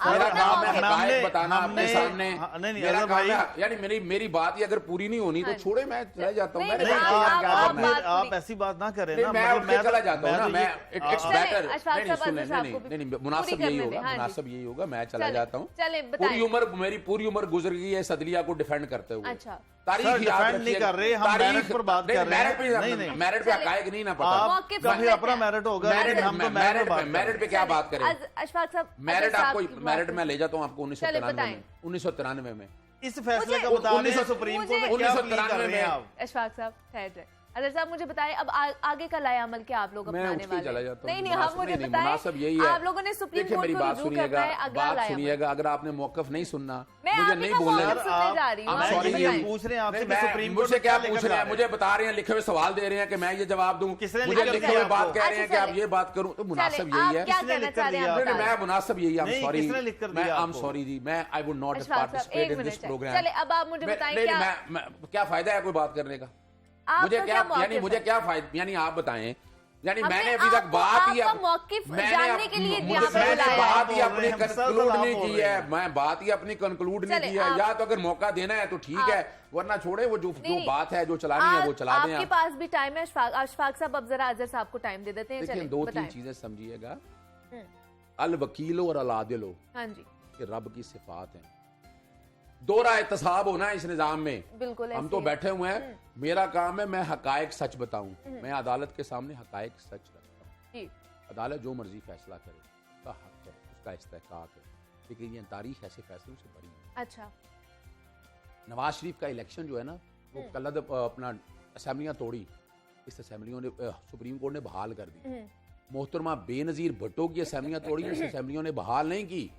आपकी सुप्रीम कोर्ट ने बहाल नहीं की। नवाज शरीफ बाहर चला गया, फैसला हुआ, अपील में आप अंदाजा लगाए 7 साल बाद अपील लाओ होगी और वो ठीक है। हुदैबिया का केस उठाकर देख लें, ये वो अदलिया है कि जहां इस तरह के कंट्रोवर्शियल डिसीजन मौजूद हैं। मैं जुल्फकार अली भुट्टो साहब के डिसीजन को भी कंट्रोवर्शियल मानता हूं आज भी, सही। और ये डिसीजन भी कंट्रोवर्शियल इसलिए है देखिए आईने पाकिस्तान से डिविएशन है। हाँ जी, मेरा हक है, मैं तनकीद कर सकता हूं, मुझे कोई रोक तो नहीं सकता। क्यों है? आइन आर्टिकल 130 पढ़ा, 133 पढ़ा। आप कह रहे हैं वजीर आला यही रहेगा, वजीर आला ये क्यों रहेगा? अच्छा, और जो मैं बात कर रहा हूँ, जी जी, मेरी बात सेकंड डाइसेंटिंग नोट में, ठीक है, वो जज साहब है ना, वो भी मैं उन्हीं की बात दोहरा रहा हूँ। कि इसमें होना ये चाहिए था, मेरी जाती राय है, हो जी, सकता जी। गलत हो, लेकिन होना क्या था, यहाँ चीफ मिनिस्टर को हटाना था। ठीक है। जब आप जा रहे हैं रीपोल के कॉन्टेक्स्ट में, जब आप रीपोल में जा रहे हैं तो इसका मतलब है वो इलेक्टेड नहीं है ना, तो वो आपको सेटिसाइड करना है, दोबारा करा लें आप रीपोल। लेकिन मैं तौहीन अदालत के हवाले से भी जवाब दे देता हूँ। अच्छा। हलफ लेना था हमजा का, एक पहली रेट पिटीशन आई, 36 घंटे में फैसला हुआ, फिर तो कंटेम्प्ट आनी चाहिए थी ना, अमल दरामद नहीं हुआ। फिर एक रेट पिटीशन आती है, फिर कहा जाता है, फिर तीसरी रेट पिटीशन आती है, और मैंने कोर्ट में कहता हूं कि ये कंटेम्प्ट आनी चाहिए। अच्छा। कोर्ट ने उसको मिसाल के तौर पर मैंने इस फाजिल बेंच साहब के सामने बताया कि इस केस की वायलेशन है, कंटेम्प्ट हुई है, अच्छा। तो मुझे कानूनन अलहदा कंटेम्प्ट फाइल करने की जरूरत नहीं है। मैंने जुडिशियल नोटिस में ले आया, अदालत को बात को सुन के। फिर तीसरा बड़ा हम फेयर ट्रांसपेरेंट इलेक्शन होने थे, सही। गैलरी में इलेक्शन हुए, मैंने मुतलका रूल्स पढ़ के बताए कि ये चैम्बर में होने हैं, चैम्बर का नोटिफिकेशन 2019 का मौजूद है हॉल के अंदर, गैलरी में हुए नहीं हो सकते इलेक्शन। अब ये वो सारी बातें हैं, सुप्रीम कोर्ट में जाएंगी, जा रहे हैं हम सुप्रीम कोर्ट अच्छा। में, ये सारे मामला सुप्रीम कोर्ट के आज सामने हम दर्ज कराने आज ही जा चली रहे जाएगी हैं। Supreme court. जी बिल्कुल आज- सुप्रीम कोर्ट में अच्छा। चले गए, मैंने भी पिटीशन मुकम्मल कर ठीक ली है। है। और मैं जो बात कहना चाह रहा हूँ कि मैं जी, पूरे जी। का पूरा मुझे मैं एक सवाल है मेरा आपसे, एक लेमैन होने के नाते मैं जवाब नहीं है मेरे पास। ऐसी क्या जल्दी है कि 14 घंटे 24 घंटे के अंदर मुझे अंदर भी हलफ बात लेना करने है, दें। हलफ अब तो सुने मेरे ना, ख्याल में काफी देर हो गई है आपको। हलफ मैं खत्म कर देता हूँ, फिर आप ही बोलिएगा। ठीक, हाँ। हलफ लेना है 24 घंटों में, मैं वो पूछना चाहूंगा अच्छा। मतलब क्या ऐसी क्या जल्दी है? क्या चले ये क्या- सुप्रीम कोर्ट जाके नहीं, बता नहीं, दीजिएगा ना। सुन लेना बात ये तो- आप सुप्रीम कोर्ट जब देखिए- जाएंगे तो बता नहीं दीजिएगा देखिए ना, उनको। 24 घंटे में हलफ लेना है। अच्छा। फिर वो एक बात आई कि जनाब आप लोग चाह रहे थे ज्यादा टाइम मिलता आपको, नहीं, ताकि आपके जो अरकीन गए जो हुए हैं बैरिस्टर बाहर अली वो जफर यहाँ साहब पे थे ना, वापस आ उन्होंने ये सकते। कहा अच्छा। था, एक मौके पर समाअत के दौरान एक ये सवाल आया था, उन्होंने ये कहा था कि अगर अदालत दोबारा इलेक्शन करवाने जा रही है तो अच्छा। इसको 10 दिन के लिए मजीद टाइम दिया जाए ठीक ताकि है। हमारे मेंबर्स आ जाएं सारे। ये बात उन्होंने हाँ भी की थी, अजहर साहब ने भी की थी। अच्छा। 3 नहीं दिन मैंने नहीं की थी, तीन- मैं तो sorry, मैं अमर सईद साहब ने ना, की ना, थी। मैं तो ठीक इस है। हलफ में मैं तो पूरा इलेक्शन का अमर लगा सईद साहब ने की थी, अच्छा, अगर ठीक दोबारा है। इलेक्शन होना है तो ठीक आप है। 10 दिन का हमें टाइम दे दें ताकि अब सारे बंदे आ जाए, सारा कुछ हो जाए। तो कोर्ट ने उनका पॉइंट लिख लिया था, लेकिन उससे एग्री नहीं किया। अब ये अक्सरियती फैसला है, 4-1 के तनासुब से ये फैसला आ चुका हुआ है और रिपोर्टेड जजमेंट है। अच्छा। दूसरी बात ये है कि लाहौर हाई कोर्ट के लार्जर बेंच ने ये वाजे कर दिया है कि आज ही जो आज शाम 4 बजे जो 4 इजलास बजे होना है। हाँ मैं जी। फिर वापस अपनी उस बात पर आता हूँ कि जो ये बात की जा रही है यार कि हमारे मेंबर्स पूरे नहीं थे, जब आपने पिटीशन फाइल की थी तो फैसला तो किसी भी वक्त अच्छा आ सकता पिटीशन था। कब फाइल की थी? चले जब आप भी बताएं। फाइल की थी चलें उसका- बता दें और बता सर, दें जब भी- जरा कौम को सच तो बता दें ना। देखिए, जब भी पिटीशन फाइल की थी उसका फैसला मई तो के किसी भी लम्हे दूसरे आ हफ्ते सकता में या था। पहले हफ्ते में फाइल की थी हम 30 जून में, उसकी रीजन ये 30 थी जून में बैठे हैं, यानी जहां जस्टिस शाहिद वहीद साहब के पास ये मामला गया, अशफाक ठीक। वहां मौजूद था, ठीक तो है। मैंने उन्हें कहा कि इट्स अ 1 मिनट डिसीजन। फाजिल जज साहब ने कहा it's a half minute decision. मैं नहीं कह रहा, ये फाजिल जज साहब के रिमार्क्स चल। हैं जो कोर्ट के सामने रखने हैं। हमें इसको सुप्रीम कोर्ट में लेके जाएंगे और इसको मंतकी अंजाम तक पहुंचाएंगे। मेरी जाती राय है ये फैसला स्टैच्यूट पे चले नहीं रहेगा। ठीक है। अब आप आज जो है सुप्रीम कोर्ट में आप लोग पिटीशन दायर करेंगे, फिर उसके बाद देखते हैं जनाब के इस सियासत का ये जो आईनी बहरान है, ये जो पंजाब का सूरत हाल है, इसकी क्या बनती है। अजहर सिद्दीक साहब हमारे साथ मौजूद थे। सर बहुत शुक्रिया कि आप यहाँ पर आए, और मोहम्मद अशफाक नुमाइंदा लाहौर न्यूज़ ने भी हमें ज्वाइन किया था। अशफाक आपका भी बेहद शुक्रिया। तो ये जनाब लाहौर के मसाइल थे जिनको हमने डिस्कस। यहाँ पे एक छोटी सी ब्रेक लेते हैं, मिलते हैं इस ब्रेक के बाद।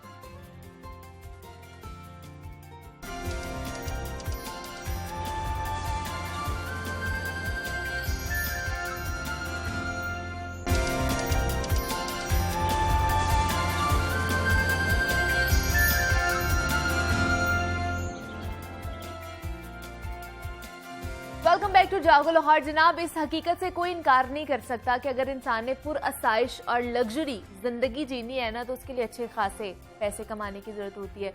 और कुछ लोग बहुत ही खुशकिस्मत होते हैं कि उनके आबाओ अजदाद उनके लिए जनाब बड़ी दौलत और वसाइल छोड़कर चले जाते हैं। लेकिन हर इंसान की किस्मत भी इतनी अच्छी नहीं होती और उन्हें अपनी ख्वाहिशात को पूरा करने के लिए बहुत मेहनत करना पड़ती है। और माजी में पैसा कमाना काफ़ी मुश्किल था, लेकिन आज के दौर में मैं आपको बताऊं कि आप मेहनती और स्मार्ट वर्क करने वाले हैं ना, तो ये काम इंतहाई आसान हो चुका है, क्योंकि ये स्टार्टअप, ई कॉमर्स, फ्रीलांसिंग का ज़माना आ चुका है। Amazon जैसी ई कॉमर्स की वेबसाइट्स ने दुनिया को एक ग्लोबल विलेज में चेंज करके रख दिया और आजकल Amazon पर काम करने, ड्रॉप शिपिंग, खासतौर पर वर्चुअल असिस्टेंट्स की डिमांड बहुत ज्यादा बढ़ती जा रही है। और एक रिसर्च में कल पढ़ी थी कि दुनिया को अगले 5 साल में 1 करोड़ से ज्यादा वर्चुअल असिस्टेंट्स की जरूरत पड़ने वाली है। तो पाकिस्तान में भी हजारों लोग वर्चुअल असिस्टेंट के तौर पर काम करके घर में लाखों रुपए कमा रहे हैं। तो वर्चुअल असिस्टेंट होता क्या है और ये कैसे काम करता है और क्या वाकई वर्चुअल असिस्टेंट के तौर पर काम करके हम लाखों रुपए महाना कमा सकते हैं घर पे बैठे हुए, और वर्चुअल असिस्टेंट बनने की तरबियत कहाँ से ली जा सकती है, ये सारे सवालात हैं जिनके जवाब हमने आज लेने हैं। हमारे साथ मौजूद है हाफिज अहमद साहब, हैं ई कॉमर्स एक्सपर्ट हैं, अमेजॉन, ड्रॉप शिपिंग और वर्चुअल असिस्टेंट के हवाले से खास महारत भी रखते हैं। अहमद साहब, आपको खुशामदीद कहती हूँ जागो लाहौर में, कैसे हैं आप? अल्हम्दुलिल्लाह, thank you very much. Ahmad साहब, बहुत सारी नई जदीद टेक्नोलॉजीज आ चुकी हैं, मैं तो यही कहूँगी, क्योंकि ई कॉमर्स का ज़माना है, डिजिटलाइज्ड हो रहे हैं हम लोग आहिस्ता आहिस्ता। तो सबसे पहले बात कर ले थोड़ी सी वर्चुअल असिस्टेंट के हवाले से कि ये है क्या एक्चुअली, क्या कैसे काम करता है ये? अच्छा, वर्चुअल असिस्टेंट का बेसिकली मतलब है कि आपको कोई भी बंदा आपका असिस्टेंट है, आपकी हेल्प करता है, अच्छा, बट वर्चुअली हेल्प करता है। ठीक है। यानी एक, अब आप यहाँ पे स्टूडियो में बैठे हैं, आपके साथ एक पूरी टीम है, सब लोग ऑफिस के अंदर मौजूद हाँ हैं, जी। लेकिन कोई ऐसा काम कि जो बंदा अपने घर पे बैठ के कर सके। सही। फॉर एग्जाम्पल, एक बंदा अमेजोन पे या वॉलमार्ट पे कोई चीज बेचना चाहता है, ओके। अब उसको कोई बंदा चाहिए जो उसे बता दे कि आपको क्या बेचना है। अब ये एक टेक्निकल स्किल है प्रोडक्ट हंटिंग, कि आपको क्या बेचना है। अब इस बेचने के लिए उसको ऐसे बंदे की जरूरत नहीं है कि जो उसके ऑफिस में आके बैठे। अच्छा। वो दुनिया में कहीं भी हो, उसके साथ कम्युनिकेट करेगा, उसे कहेगा मुझे बताओ मैं क्या बेचूं। अच्छा। तो ये वर्चुअल असिस्टेंट है जो ठीक। दुनिया में कहीं भी बैठ के कोई भी सर्विसेज दे रहा है। अच्छा। It's not only related to Amazon. आप ग्राफिक डिजाइनर की बात कर लें, हाँ हाँ। आपको आज एक लोगो बनवाना है, अच्छा। आप फेसबुक पे देखती हैं कराची से कोई बंदा आपको मिलता है, वो कहता है जी मैं आपको लोगो बना के रात को व्हाट्सएप कर दूंगा, तो वो बंदा वर्चुअल असिस्टेंट है, उसने आपको वर्चुअली असिस्ट किया। ओके। तो आसान अल्फाज में आपके पास कोई ऐसी स्किल होनी चाहिए जो आप घर पे बैठे हों, ऑफिस में बैठे हों, लाहौर में, कराची में, और इस्लामाबाद आप में, किसी और के लिए काम किसी कर और रहे के हो। लिए काम कर रहे हो, और वो किसी भी मुल्क में हो सकता है, दुनिया में कहीं भी हो सकता है। जरूरी नहीं है कि आप फिजिकली वहां पर मौजूद हो, आप वर्चुअली वो काम कर सकते हैं, वो स्किल अपनी जो है वो बेच सकते हैं। एग्जैक्टली। तो ये मुझे बताइए फिर इस पे किस तरह काम किया जाए, पैसा कैसे, मतलब सबसे पहले जो एक सवाल आता है ना, कोई चीज़ बात करते हैं कि भाई ई कॉमर्स का ज़माना है, ये हो गया, अमेजॉन है, आप फेसबुक से पैसा कमा सकते हैं, कैसे कमाया जा सकता है, कितना कमाया जा सकता है, इसकी आसान सी टेक्निक हमें बता दें, क्योंकि हर कोई यही चाह रहा है आजकल। अच्छा, इसमें डिफरेंट तरीके हैं, लेकिन हाँ। उसको बताने से पहले अभी मैं सुबह फेसबुक देख रहा था, उस पर मैंने एक बड़ी प्यारी चीज़ पढ़ी कि अगर आपको कोई चीज़ चाहिए, कोई लैपटॉप चाहिए, कोई मोबाइल फोन हाँ। चाहिए, कुछ भी, तो पेरेंट्स को तंग ना करें, ई कॉमर्स का जमाना है, खुद कमाएं और खरीदें अच्छा, जाके। ठीक है। तो एक तो ये होना चाहिए कि ये हम बात इसलिए कर रहे हैं कि एक वो जमाना था, आज से अगर हम 10-15 साल पीछे चले जाएं तो क्या होता था कि जी बाहर जाना है, जी अमेरिका हाँ जी। जाना है, यूके जाना है, जी हाँ वहां जाके काम करना है, पैसे कमाने हैं। आज कोई बच्चा अपने पेरेंट्स को ये नहीं कह सकता, क्योंकि आज वो यहाँ बैठ के यूके में जॉब कर सकता है, अच्छा, आज वो यहाँ बैठ के अमेरिका में जॉब कर सकता है। उसको क्या करना है, कुछ स्किल सीखनी है, ठीक है। कोई भी स्किल किस सीख ले। तरह के स्किल्स हो सकते हैं वो? स्किल देखे हम, क्योंकि मेनली अमेजोन की बात कर रहे हाँ हैं, जी। फ्रीलांसिंग की बात जी, कर रहे हैं, जी। तो ज्यादा ऐसे स्किल्स कि आप दुनिया के किसी भी प्लेटफॉर्म पे क्या बेचेंगे, अच्छा, कैसे बेचेंगे, ठीक है। और अपनी प्रोडक्ट को ऊपर कैसे लेके आएंगे। फॉर एग्जाम्पल, आप मोबाइल फोन बेचना शुरू करते हैं आज अमेजोन हाँ, पे, हाँ। अब आपसे पहले 1000 लोग बेच रहे हैं, आपसे कोई बंदा क्यों खरीदेगा? आप पहले पेज पे टॉप सर्च में टॉप पे कैसे आएंगे, ये स्किल्स आप लोगों ने सीखनी होती है। अच्छा, अब यह है कि कितने पैसे कमाते हैं, जो मेन क्वेश्चन होता है हाँ। पाकिस्तानियों का सबसे पहले कि पैसे कितने आएंगे। हाँ। ऑन एन एवरेज एक क्लाइंट से आप $300 से $500 चार्ज करते हैं, जिसको आपने डेली के 3 से 4 घंटे देने होते हैं। अच्छा, ठीक तो है। अगर आप फुल टाइम ये काम करते हैं, मेहनत से करते हैं, फोकस होके करते हैं, 2-3 क्लाइंट हैंडल करते हैं, तो $800 से $1000 आप कमा सकते हैं, जो कि किसी भी नॉर्मल जॉब से बहुत अच्छी अमाउंट है। नहीं, अब तो डॉलर का रेट बहुत ऊपर चला गया है। साहब उन्होंने अंदाजा लगा लिया होगा, जो डॉलर की कीमत बढ़ती जा रही है ना, तो वो अगर 500 या $1000 वो कमा रहे हैं, तो वो कहाँ तक पहुंच जाएगी अमाउंट? और ऐसे लोग हमें मिलते हैं, हम डेली रूटीन में देखते हैं। और फिर डॉलर्स में इनकम का एक ये भी बड़ा बेनिफिट है ना, कि आपको ये मसला नहीं है कि पेट्रोल की प्राइस ऊपर जा रही है, क्या हो रहा है, हमने कहीं जाना ही नहीं, क्योंकि घर बैठ के और आपने दूसरा सारा डॉलर कुछ- भी ऊपर जा रहा है हाँ। ना। अगर महंगाई बढ़ी है तो डॉलर का रेट भी ऊपर जा रहा है। आज से अगर 1 साल पहले जो बच्चा या बच्ची $1000 कमाता था, तो वो कमाता था 1,60,000 रुपए, अच्छा, आज वो कमाता है 2,10,000 रुपए। क्योंकि डॉलर का रेट 210 से तकरीबन ऊपर चला गया। बिल्कुल। तो ये बेनिफिट है, इसलिए इस फील्ड में आना चाहिए, काम सीखना चाहिए। अच्छा। कोई ना कोई स्किल आपके पास जरूर होनी चाहिए। तो ये जो वर्चुअल असिस्टेंट है, इसमें किस तरह की सर्विसेज प्रोवाइड की जा सकती हैं? ये बड़ा ज़बरदस्त क्वेश्चन है। इसके अंदर मल्टीपल होती हैं। अब मैं आपको 2-3 चीज़ें वो डिटेल में आपको बता देता हूँ। सबसे पहले अमेजोन के हम मॉडल्स की बात कर लेते हैं। ज़ाहिर है जब आपको मॉडल पता होगा तो फिर आपको पता होगा कि वर्चुअल असिस्टेंट ने क्या सर्विस देनी है। ठीक है। एक मॉडल होता है अमेजोन पे प्राइवेट लेबल, हम उसे कहते हैं। अच्छा। प्राइवेट लेबल का मतलब है आपका अपना ब्रांड। आप एक मोबाइल बेचना चाह रहे हैं तो आपने वो मोबाइल अपने नाम से बनाया, अच्छा। उसका ट्रेडमार्क रजिस्टर किया, उसका अपना डिजाइन बनाया, अपना नया मोबाइल बना के आपने मार्केट में दे दिया। ठीक है। अब ये आपका ब्रांड है, प्राइवेट लेबल है आपका। प्राइवेट लेबल में आपने ये सर्विसेज देनी होती है कि आपको क्या बेचना है, फिर उसको अलीबाबा के थ्रू घर पे बैठे ही चाइना से सोर्स कैसे करना है। अच्छा। आप घर पे बैठे हैं और आप सारा दिन चाइना में घूम रहे हैं, डिफरेंट फैक्ट्रियों में आपकी बात हो रही है, जी आप मुझे इसके क्या प्राइस देंगे, आप क्या प्राइस देंगे। फिर आपने उसको टॉप स्पॉट पे लेके आना है। ये तो होगी एक स्किल जो आप प्रोवाइड करते हैं प्राइवेट लेबल की सर्विसेज। अच्छा। एक मॉडल आ जाता है होलसेल का, क्योंकि प्राइवेट लेबल का जो मॉडल है वो रिस्की है, उसके अंदर पैसे डूबने के चांसेस भी होते हैं। इन्वेस्टर के जारी बात है, जो बंदा इन्वेस्ट कर रहा है, आपने पाकिस्तान में देखा होगा ना, कितनी बड़ी बड़ी कंपनी स्टार्ट होती है, नहीं चल पाती। हाँ जी। अब उनका तो लॉस हो गया, लेकिन उनके साथ जो लोग काम कर रहे थे वो तो अपनी सैलरी लेते हैं ना। मतलब कोई भी पर्सन काम कर रहा है वो तो महीने बाद सैलरी लेगा। आपका बिजनेस प्रॉफिट में या लॉस में, उसे तो उसे कोई गर्ज नहीं है। लेकिन वी ने अपनी मेहनत करनी है वर्चुअल असिस्टेंट ने कि उसका बिजनेस अच्छा चले। एक स्किल ये होगी प्राइवेट लेबल की। अगली स्किल आ जाती है होलसेल की। होलसेल मॉडल होता है कि आपने कोई भी चलता हुआ ब्रांड होलसेल रेट पे लेके रिटेल में बेच देना। अच्छा। अब इसमें रिस्क फैक्टर आपका कम हो गया, क्योंकि आपने मार्केटिंग नहीं करनी, मार्केटिंग ऑलरेडी उस ब्रांड की हुई है, एक एस्टेब्लिश जो है चीज उठा ली है। बिल्कुल उठा लिए, उनसे आपने 100 पीस उठा लिए, 200 उठा लिए, उन्होंने आपको डिस्काउंट पे दे दिया, आपने वो आगे बेच ली। एक ये मॉडल हो गया। ठीक है। अब अमेजोन पे काम करने वाले लोग प्राइवेट लेबल वाले भी हैं, होलसेल वाले भी हैं। ठीक है। हर बंदे को हर तरह का वीए चाहिए। अब वर्चुअल असिस्टेंट जो भी काम सीख लेता है वो कहता है जी मुझे होलसेल की सर्विस आती है, मैं आपको होलसेल, मैं आपको ब्रांड की अप्रूवल लेके दे दूंगा। अच्छा। ब्रांड से अप्रूवल लेना भी तो एक काम है ना। कोई भी बड़ा ब्रांड, उनको ईमेल करते हैं, उनसे बातचीत करते हैं, फिर वो अप्रूवल देते हैं। ब्रांड से अप्रूवल ले लेगा वो, एक तरफ प्राइवेट लेवल की सर्विसेज दे देगा। फिर अगला मॉडल आ जाता है ड्रॉप शिपिंग। अच्छा। ये उन दोनों की निस्बत आसान मॉडल है। ठीक है। ड्रॉप शिपिंग आजकल पाकिस्तानी कॉम इस पे काफी लगी हुई है, क्योंकि क्विक इनकम है और हम लोग ये चाहते हैं कि हम आज कोई काम शुरू करें तो महीने बाद ही पैसे कमा लें, तो वो ड्रॉप शिपिंग है। ठीक है। ड्रॉप शिपिंग में ये होता है कि पहले प्रोडक्ट सेल करते हैं, उसके बाद बाय करते हैं जाके। अच्छा। इसमें ये करते हैं कि सारा दिन बैठे हंटिंग करते रहते हैं कि कौन सी चीज कहाँ पे सस्ती है और कहाँ पे महंगी है। फॉर एग्जाम्पल कंपैरिजन किया जाता है, कंपैरिजन किया जाता है। फॉर एग्जाम्पल हम यहाँ लाहौर की बात करें, आप देखते हैं कि जी एक शूज हैं वो फला मार्केट में सस्ते हैं, लेकिन अगर आप किसी अच्छे एरिया में चले जाएं तो वहाँ पे वही चीज थोड़ी सी महंगी मिल रही होती है। बिल्कुल। यही काम ये ऑनलाइन करते हैं कि अमेजोन पे ग्लास मिलता है $10 का। ठीक है।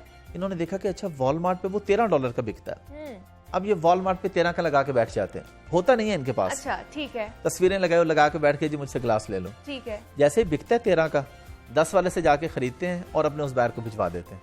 अच्छा, मतलब डायरेक्ट ही वहां से जैसे ही उन्होंने बाय किया किसी क्लाइंट ने और वो डायरेक्ट उन तक पहुंच गया। यानी आप पाकिस्तान में बैठे हैं, ना आपके पास आया ना उधर आपने कहीं पे मंगवाया, डायरेक्टली वहां पे भेज दिया। अच्छा। अब इस पे लोग सवाल ये करते हैं कि जी ऐसा क्यों करेगा कोई, जिस बंदे को ऑनलाइन पता है कि फलां जगह 10 का मिल रहा है, फलां जगह 13 का मिल रहा है, वो खुद भी तो कर सकते हैं। तो ये सिंपल सी बात है कि आप पाकिस्तान में देखें कितने लोग हैं जिनको नहीं पता कि हम किसी बड़े मॉल में जाएंगे तो वहां पे महंगा मिलेगा, अगर हम फलां मार्केट में किसी बाजार छोटे में चले जाएं सस्ता मिलेगा, फिर भी नहीं जाते कई लोग। अलग अलग क्लास होती है, वहां पे भी ऐसा ही है। हर प्लेटफॉर्म का अलग अलग बायर है। अमेजोन का बायर नॉर्मली अमेजोन से बाय करेगा, वो वॉलमार्ट या ईबे पे नहीं जाएगा। अच्छा। वॉलमार्ट का बायर वॉलमार्ट से बाय करेगा। सही। हर बंदे ने अपनी क्लास सेट की है कि जी मैंने बस इसी प्लेटफॉर्म से लेना है। सिर्फ 15 या 20% लोग ऐसे होते हैं जो हर प्लेटफॉर्म पे जाके प्राइस चेक करते हैं। बाकी 80% लोग जो हैं वो एक ही प्लेटफॉर्म पे कंपैरिजन कर रहे होते हैं। अमेजोन पे चेक कर रहे होंगे कि जैसे एक 10 का बेच रहा है, एक 12 का बेच रहा है, एक 11 का बेच रहा है, जो सस्ता बेच रहा है उससे ले लेगा, जिसके रिव्यू अच्छे होंगे उससे ले लेगा। तो ड्रॉप शिपिंग एक ऐसा मॉडल है, और इसके जो वर्चुअल असिस्टेंट होते हैं उनको एक बेनिफिट ये होता है कि इसमें मेहनत बहुत ज्यादा होती है अब ड्रॉप शिपिंग में, क्योंकि आपको सारा दिन बैठ के देखते रहना पड़ता है कि आज कौन सी चीज वहां पे सस्ती है, वहां महंगी है, वहां सस्ती है, वहां महंगी। तो इसके अंदर होता है प्रॉफिट शेयरिंग। जो होलसेल और प्राइवेट लेवल का वर्चुअल असिस्टेंट है वो पैसे चार्ज करता है फिक्स, ड्रॉप शिपिंग वाला 50% प्रॉफिट चार्ज करता है। ये फिक्स कोई अमाउंट नहीं लेता। ये कहते हैं जी ठीक है, आप इन्वेस्टर हैं, आपके पास $10,000 है, आप चाहते हैं कि मैं आपका $10,000 लगाऊं और उससे प्रॉफिट आए, तो जो प्रॉफिट आएगा वो हम दोनों हाफ हाफ कर लें। ठीक है। तो इसमें प्रॉफिट पे काम होता है, ज्यादा देर काम होता है और अच्छे पैसे भी लोगों के बन जाते हैं। तो ये डिफरेंट मॉडल्स मतलब ना आपने इन्वेस्ट किया है ना कुछ किया, लेकिन प्रॉफिट आपको 50% प्रॉफिट आ रहा है। 50%। अब इन्वेस्टर, ये क्वेश्चन है कि इन्वेस्टर खुद क्यों नहीं कर लेता, क्योंकि उसे सारा दिन बैठना पड़ेगा ना, 10-12 घंटे कौन काम करेगा बैठ के, और वही काम जो है आपका वर्चुअल असिस्टेंट करेगा। वर्चुअल असिस्टेंट कर रहा है। बिल्कुल ड्रॉप शिपिंग का सारा जितने भी प्रोडक्ट हंट करने हैं, जितनी भी चीजें करनी है, बिल्कुल उनको लिस्ट करना है, ज़ाहिर है उनके बारे में, उनके फोटोग्राफी है, बल्कि फोटोग्राफी तो इसमें ड्रॉप शिपिंग में सिवाय हंटिंग के कि क्या करना है, इसके अलावा मेहनत बहुत कम होती है। सही। क्योंकि पिक्चर्स भी पहले लगी होती हैं किसी न किसी की, कंटेंट भी बना होता है। अच्छा। उसी को हम इसको टर्म बोलते हैं मी टू कर देना, ठीक यानी है। कि मैं भी इसको बेचूंगा। अच्छा। बस चीज वही लगी है। आप कहते हैं जी मुझसे 10 की ले लो, ये 8, ये अगर 12 की दे रहा है मैं 10 की दूंगा, ये 10 की दे रहा है मैं 8 की दूंगा। तो इस तरह से ये काम होता है ड्रॉप शिपिंग का सारा। मतलब ये कुछ चीजें हैं जिनके थ्रू आप घर में बैठ के आसानी से पैसा कमा सकते हो, और पाकिस्तानी लगे हुए हैं इस चीज के ऊपर। पाकिस्तानी बहुत ज्यादा लगे हुए हैं। अच्छा। बल्कि इस वक्त अमेज़न पे जो अकाउंट बन रहे हैं उनमें आई थिंक, अगर मैं गलत नहीं तो पाकिस्तान अभी 3रे नंबर पे है। यानी सबसे ज्यादा जो अकाउंट्स बन रहे हैं वो इस वक्त तो सबसे ज्यादा पाकिस्तान लगे अकाउंट बनाने कैटेगरी में ड्रॉप शिपिंग में जी, क्योंकि अकाउंट तो सेम ही होता है। आप चाहे उस पर प्राइवेट लेबल करें, चाहे ड्रॉप शिपिंग करें, चाहे ठीक है। होलसेल करें, अकाउंट एक ही बनता है आपका। ठीक है। लेकिन मैं लोगों को रिकमेंड नहीं करूंगा कि आप एक अकाउंट पे सारे काम करें। आपको एक अकाउंट पे एक ही काम करना चाहिए, या होलसेल कर लें या ड्रॉप शिपिंग कर लें, चाहे 1000 प्रोडक्ट बेचें, लेकिन एक ही मॉडल की प्रोडक्ट बेचें। ठीक है। दूसरे मॉडल पे ना जाएं, प्राइवेट लेबल पे या होलसेल पे। एक अकाउंट पे एक काम करें, उसके बाद कोई दूसरा अकाउंट बना लें। और अभी अमेज़न की आईडी क्योंकि पाकिस्तान से भी बन जाती है जी। बल्कि अभी पिछले दिनों हमारी एक स्टूडेंट हैं, फीमेली हाउसवाइफ हैं, उन्होंने अभी स्टार्ट किया था, तो 2nd मंथ में ही उन्होंने इनकम भी जनरेट करना शुरू कर दी माशाल्लाह, ड्रॉप शिपिंग से ही। हाँ। वो उन्होंने आके दिखाया कि जी देखिए मैंने इतने के ऑर्डर्स बेच लिए हैं, इतने मैंने प्रॉफिट कमा लिया। तो ये एक निस्बतन आसान मॉडल मतलब है। घर में बैठ के जो खवातीन है, हाउस वाइफ्स है, वो भी ये चीज कर सकती हैं आराम से। बहुत आसानी से कर सकते हो। देखें खवातीन के लिए तो खास तौर पे ये काम इसलिए बेहतर है कि आने जाने की मुश्किल मसला नहीं होता। या हाँ। घर में अब अगर बच्चे हैं तो उनकी जिम्मेदारी। अच्छा, इस काम का जो सबसे बड़ा मजा है कि इसकी टाइमिंग फिक्स नहीं है। ऐसा नहीं है कि आपने 10 to 5 ही ये काम करना है। ठीक है। आपने 24 घंटे के अंदर एक काम करना है। आपको रात को 2 घंटे मिला, आपने 2 घंटे रात को कर लिया, आधा काम रात को कर लिया, फिर सुबह उठ के आधा घंटा मिल गया तब कर लिया, फिर दोपहर में 1 घंटा मिला तब कर लिया। तो इसमें टाइमिंग फिक्स नहीं है और काम आपने इकट्ठा नहीं करना 4 घंटे का। 1 घंटा कभी कर लिया, आधा घंटा कभी कर लिया। तो ये खवातीन के लिए खास तौर पे कि अगर घर में बच्चे हैं या और मसरूफियत है तो जब जब टाइम मिला अपना काम कर लिया, हंटिंग कर ली, जब टाइम मिला लिस्टिंग कर ली, जब टाइम मिला ऑर्डर प्लेस कर दिए। तो ये एक बड़ी अच्छी चीज़ है खवातीन के लिए। तो मुझे मतलब बताइए कि इससे जो पैसे जनरेट होते हैं, ये चाहे ड्रॉप शिपिंग हो जाए, वर्चुअल असिस्टेंट हो जाए अमेज़ॉन पे, तो ये पाकिस्तान में किस तरह आते हैं, किस तरह कन्वर्ट किए जाते हैं रुपीज़ में, क्योंकि पेपाल तो इधर है ही नहीं है। इसका एक बहुत बड़ा मसला है हमारा। अच्छा, ये है कि आपको काफ़ी नॉलेज भी है माशाल्लाह, तो ये अच्छी चीज़ है।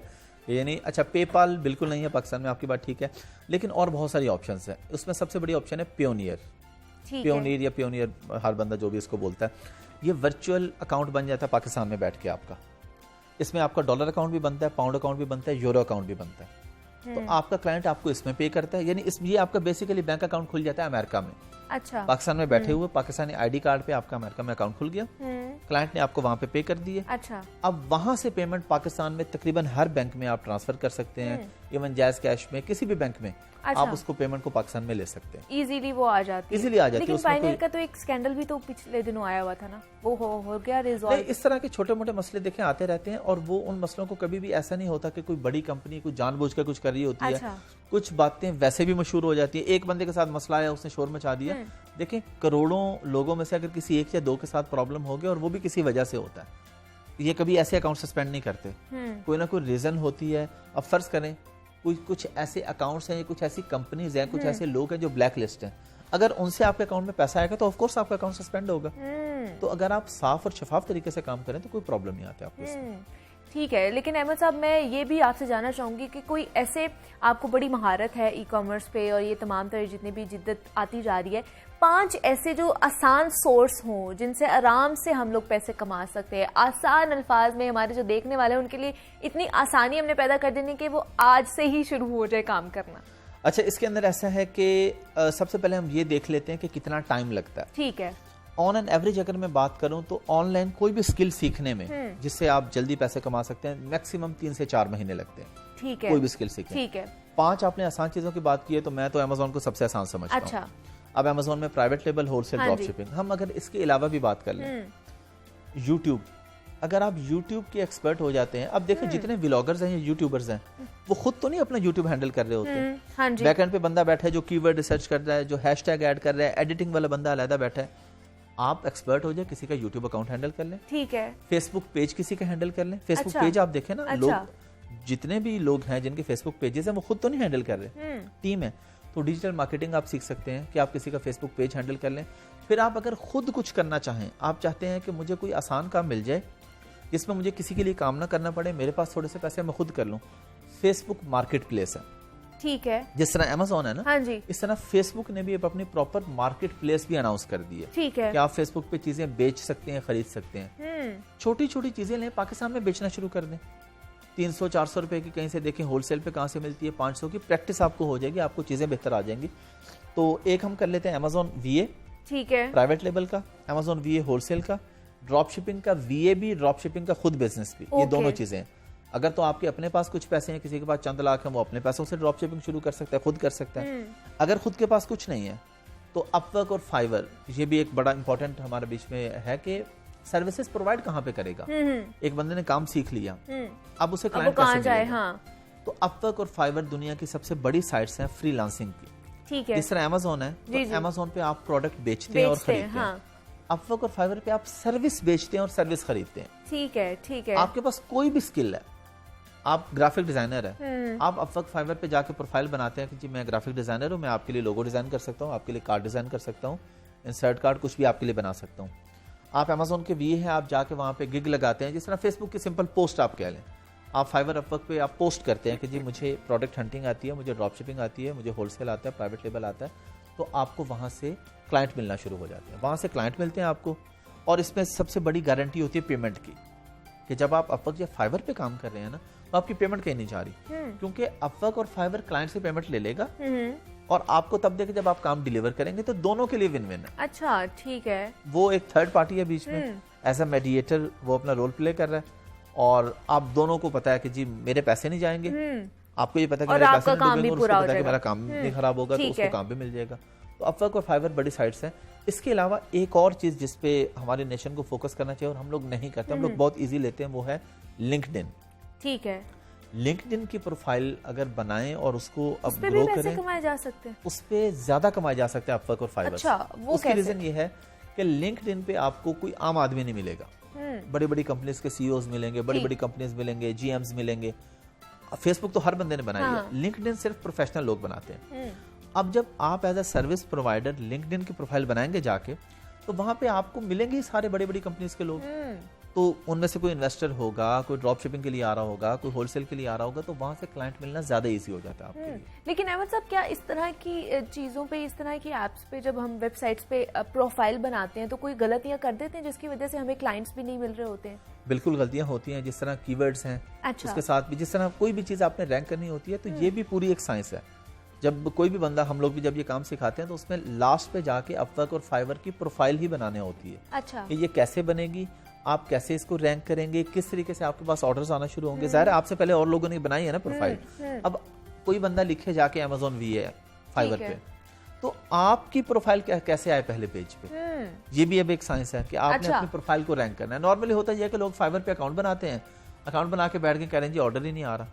भाई ये भी एक साइंस है ना कि आपने अपनी प्रोफाइल को रैंक भी तो करना है, उसे टॉप पे लेके आना है, किसी को नजर आएगी तो आपके पास ऑर्डर आएगा ना।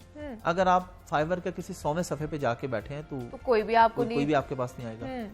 और इस वक्त अमेजोन फ्रीलांसिंग में पाकिस्तान माशाल्लाह दुनिया में तीसरे नंबर पे आ गया। हाँ। पहले 4th पे था, तीसरे पे आ गए, तो लगे हुए हैं बहुत से लोग। लेकिन आज भी काफी लोग कहते हैं कि जी पता नहीं ये काम कैसा है, क्या होगा। कंसिस्टेंसी बहुत जरूरी है इसका। अच्छा, ठीक है, टाइम लगता है। कंसिस्टेंट होंगे, टाइम बिल्कुल लगता है। कई लोग ऐसे हैं जो 6 महीने में कमाना शुरू कर देते हैं, कई ऐसे हैं जो 2 महीने में, कई ऐसे हैं जो जिनको 1 साल भी लग जाता है। तो मैं ये कहता हूँ कि अगर आप एक 16 साल की डिग्री करके किसी के लिए जॉब करने जा रहे हैं और 10-15 साल 30-40-50-60 हज़ार पे लगे हुए हैं, तो उससे तो बेहतर है कि 1 साल अपने आप पे फोकस कर लें, तो उससे कहीं आगे निकल जाएंगे। बिल्कुल ऐसे ही है, फोकस करना चाहिए। और जिस तरह के हालात होते जा रहे हैं मेरे ख्याल से अब तो हर किसी को इस साइड पे जाना चाहिए। लेकिन अहमद साहब, ये हमने बात की है कि कौन कौन से सोर्स हो सकते हैं जिनके थ्रू हम पैसे कमा सकते हैं। कौन कौन से 5 ऐसे स्किल्स बताएं जो इस वक्त मार्केट में बहुत ज़्यादा उनकी भरमार है और जो हमें सीखने चाहिए? प्रोडक्ट हंटर की बहुत भरमार है। अगर हम अलग से बात कर लें, यानी पूरा नहीं आपने सीखा, इस काम का एक ये भी मजा है ना कि अगर आपने पूरा नहीं भी सीखा, आप जा रहे हैं, आपने काम सीखा, लेकिन आपको 4 चीजें नहीं समझ आई, एक आ गई, तो आप उससे एक से पैसे काम कर सकते हैं। ठीक है। यानी अगर किसी बंदे को सिर्फ प्रोडक्ट हंटिंग आ गई, उसे सोर्सिंग नहीं आई, उसे लिस्टिंग क्रिएशन या कुछ भी नहीं आया, उसे ये साइंस पता चल गई कि कौन सी प्रोडक्ट बेचनी है, अब वो ये खाली सर्विस देकर कमा लेगा। इस वक्त पाकिस्तान में प्रोडक्ट हंटर्स की अच्छी डिमांड है, स्पेशली ड्रॉप शिपिंग में। ठीक है। पीएल में भी है, ड्रॉप शिपिंग में, क्योंकि आपको डेली बेसिस पे सैकड़ों प्रोडक्ट्स चाहिए। तो कई लोग घर बैठ के सिर्फ ये स्किल दे रहे हैं कि जी उन्होंने सीख ली है, अब वो कहते हैं जी मैं आपको डेली गूगल शीट है, मैं आपको 10 प्रोडक्ट डेली की दे दूंगा निकाल के, तो वो महीने के अपने कोई ना कोई से अमाउंट चार्ज कर लेगा। सेकंड, आप आ जाते हैं खाली सोर्सिंग के स्किल, कि आपकी कम्युनिकेशन स्किल्स अच्छी हैं, आपकी इंग्लिश बेहतर है, तो आपको कोई भी बंदा प्रोडक्ट पकड़ाता है, यानी उसकी पिक्चर भेज दिया कि मुझे ये चाहिए, आप उसे अच्छी प्राइस पे अच्छा निगोशिएट करके उसे अच्छी प्राइस लेके दे देते हैं। एक ये स्किल आपके पास आ जाती है। अच्छा, ओवरऑल मैं ये क्लियर कर दूं कि इस काम में इंग्लिश अच्छी होना जरूरी नहीं है। अच्छा, बेसिक इंग्लिश आपको चाहिए, अपने समझा लें, दूसरे के समझ लें। मैट्रिक पास लोग हैं जो ये काम कर रहे हैं ड्रॉप शिपिंग का या वीए का, ये कोई ऐसी रॉकेट साइंस नहीं है इसके अंदर। ठीक है जी, ये छोटी छोटी चीज़ों के थ्रू हम लोग जनाब घर में बैठे ही डॉलर्स में पैसे कमा सकते हैं। और आपको पता है जब डॉलर में आप पैसे कमाना शुरू हो जाते हैं तो फिर जब वो पाकिस्तानी रुपीज़ में कन्वर्ट होता है ना, तो अच्छे खासे आप घर में बैठ के कहीं आपको जाना नहीं पड़ेगा, आप अच्छे खासे पैसे कमा सकते हैं। तो हमारे साथ हाफिज़ अहमद साहब मौजूद थे। बहुत शुक्रिया अहमद साहब आपका कि आप यहाँ पर आए हैं और ये नई जो टेक्नोलॉजीज़ हैं उनके हवाले से हम बात करते हैं किस तरह आसानी से हम पैसा कमा सकते हैं। मुझे अब आपने इजाज़त देनी है, अपना बहुत सारा ख्याल रखिएगा। हाफिज़।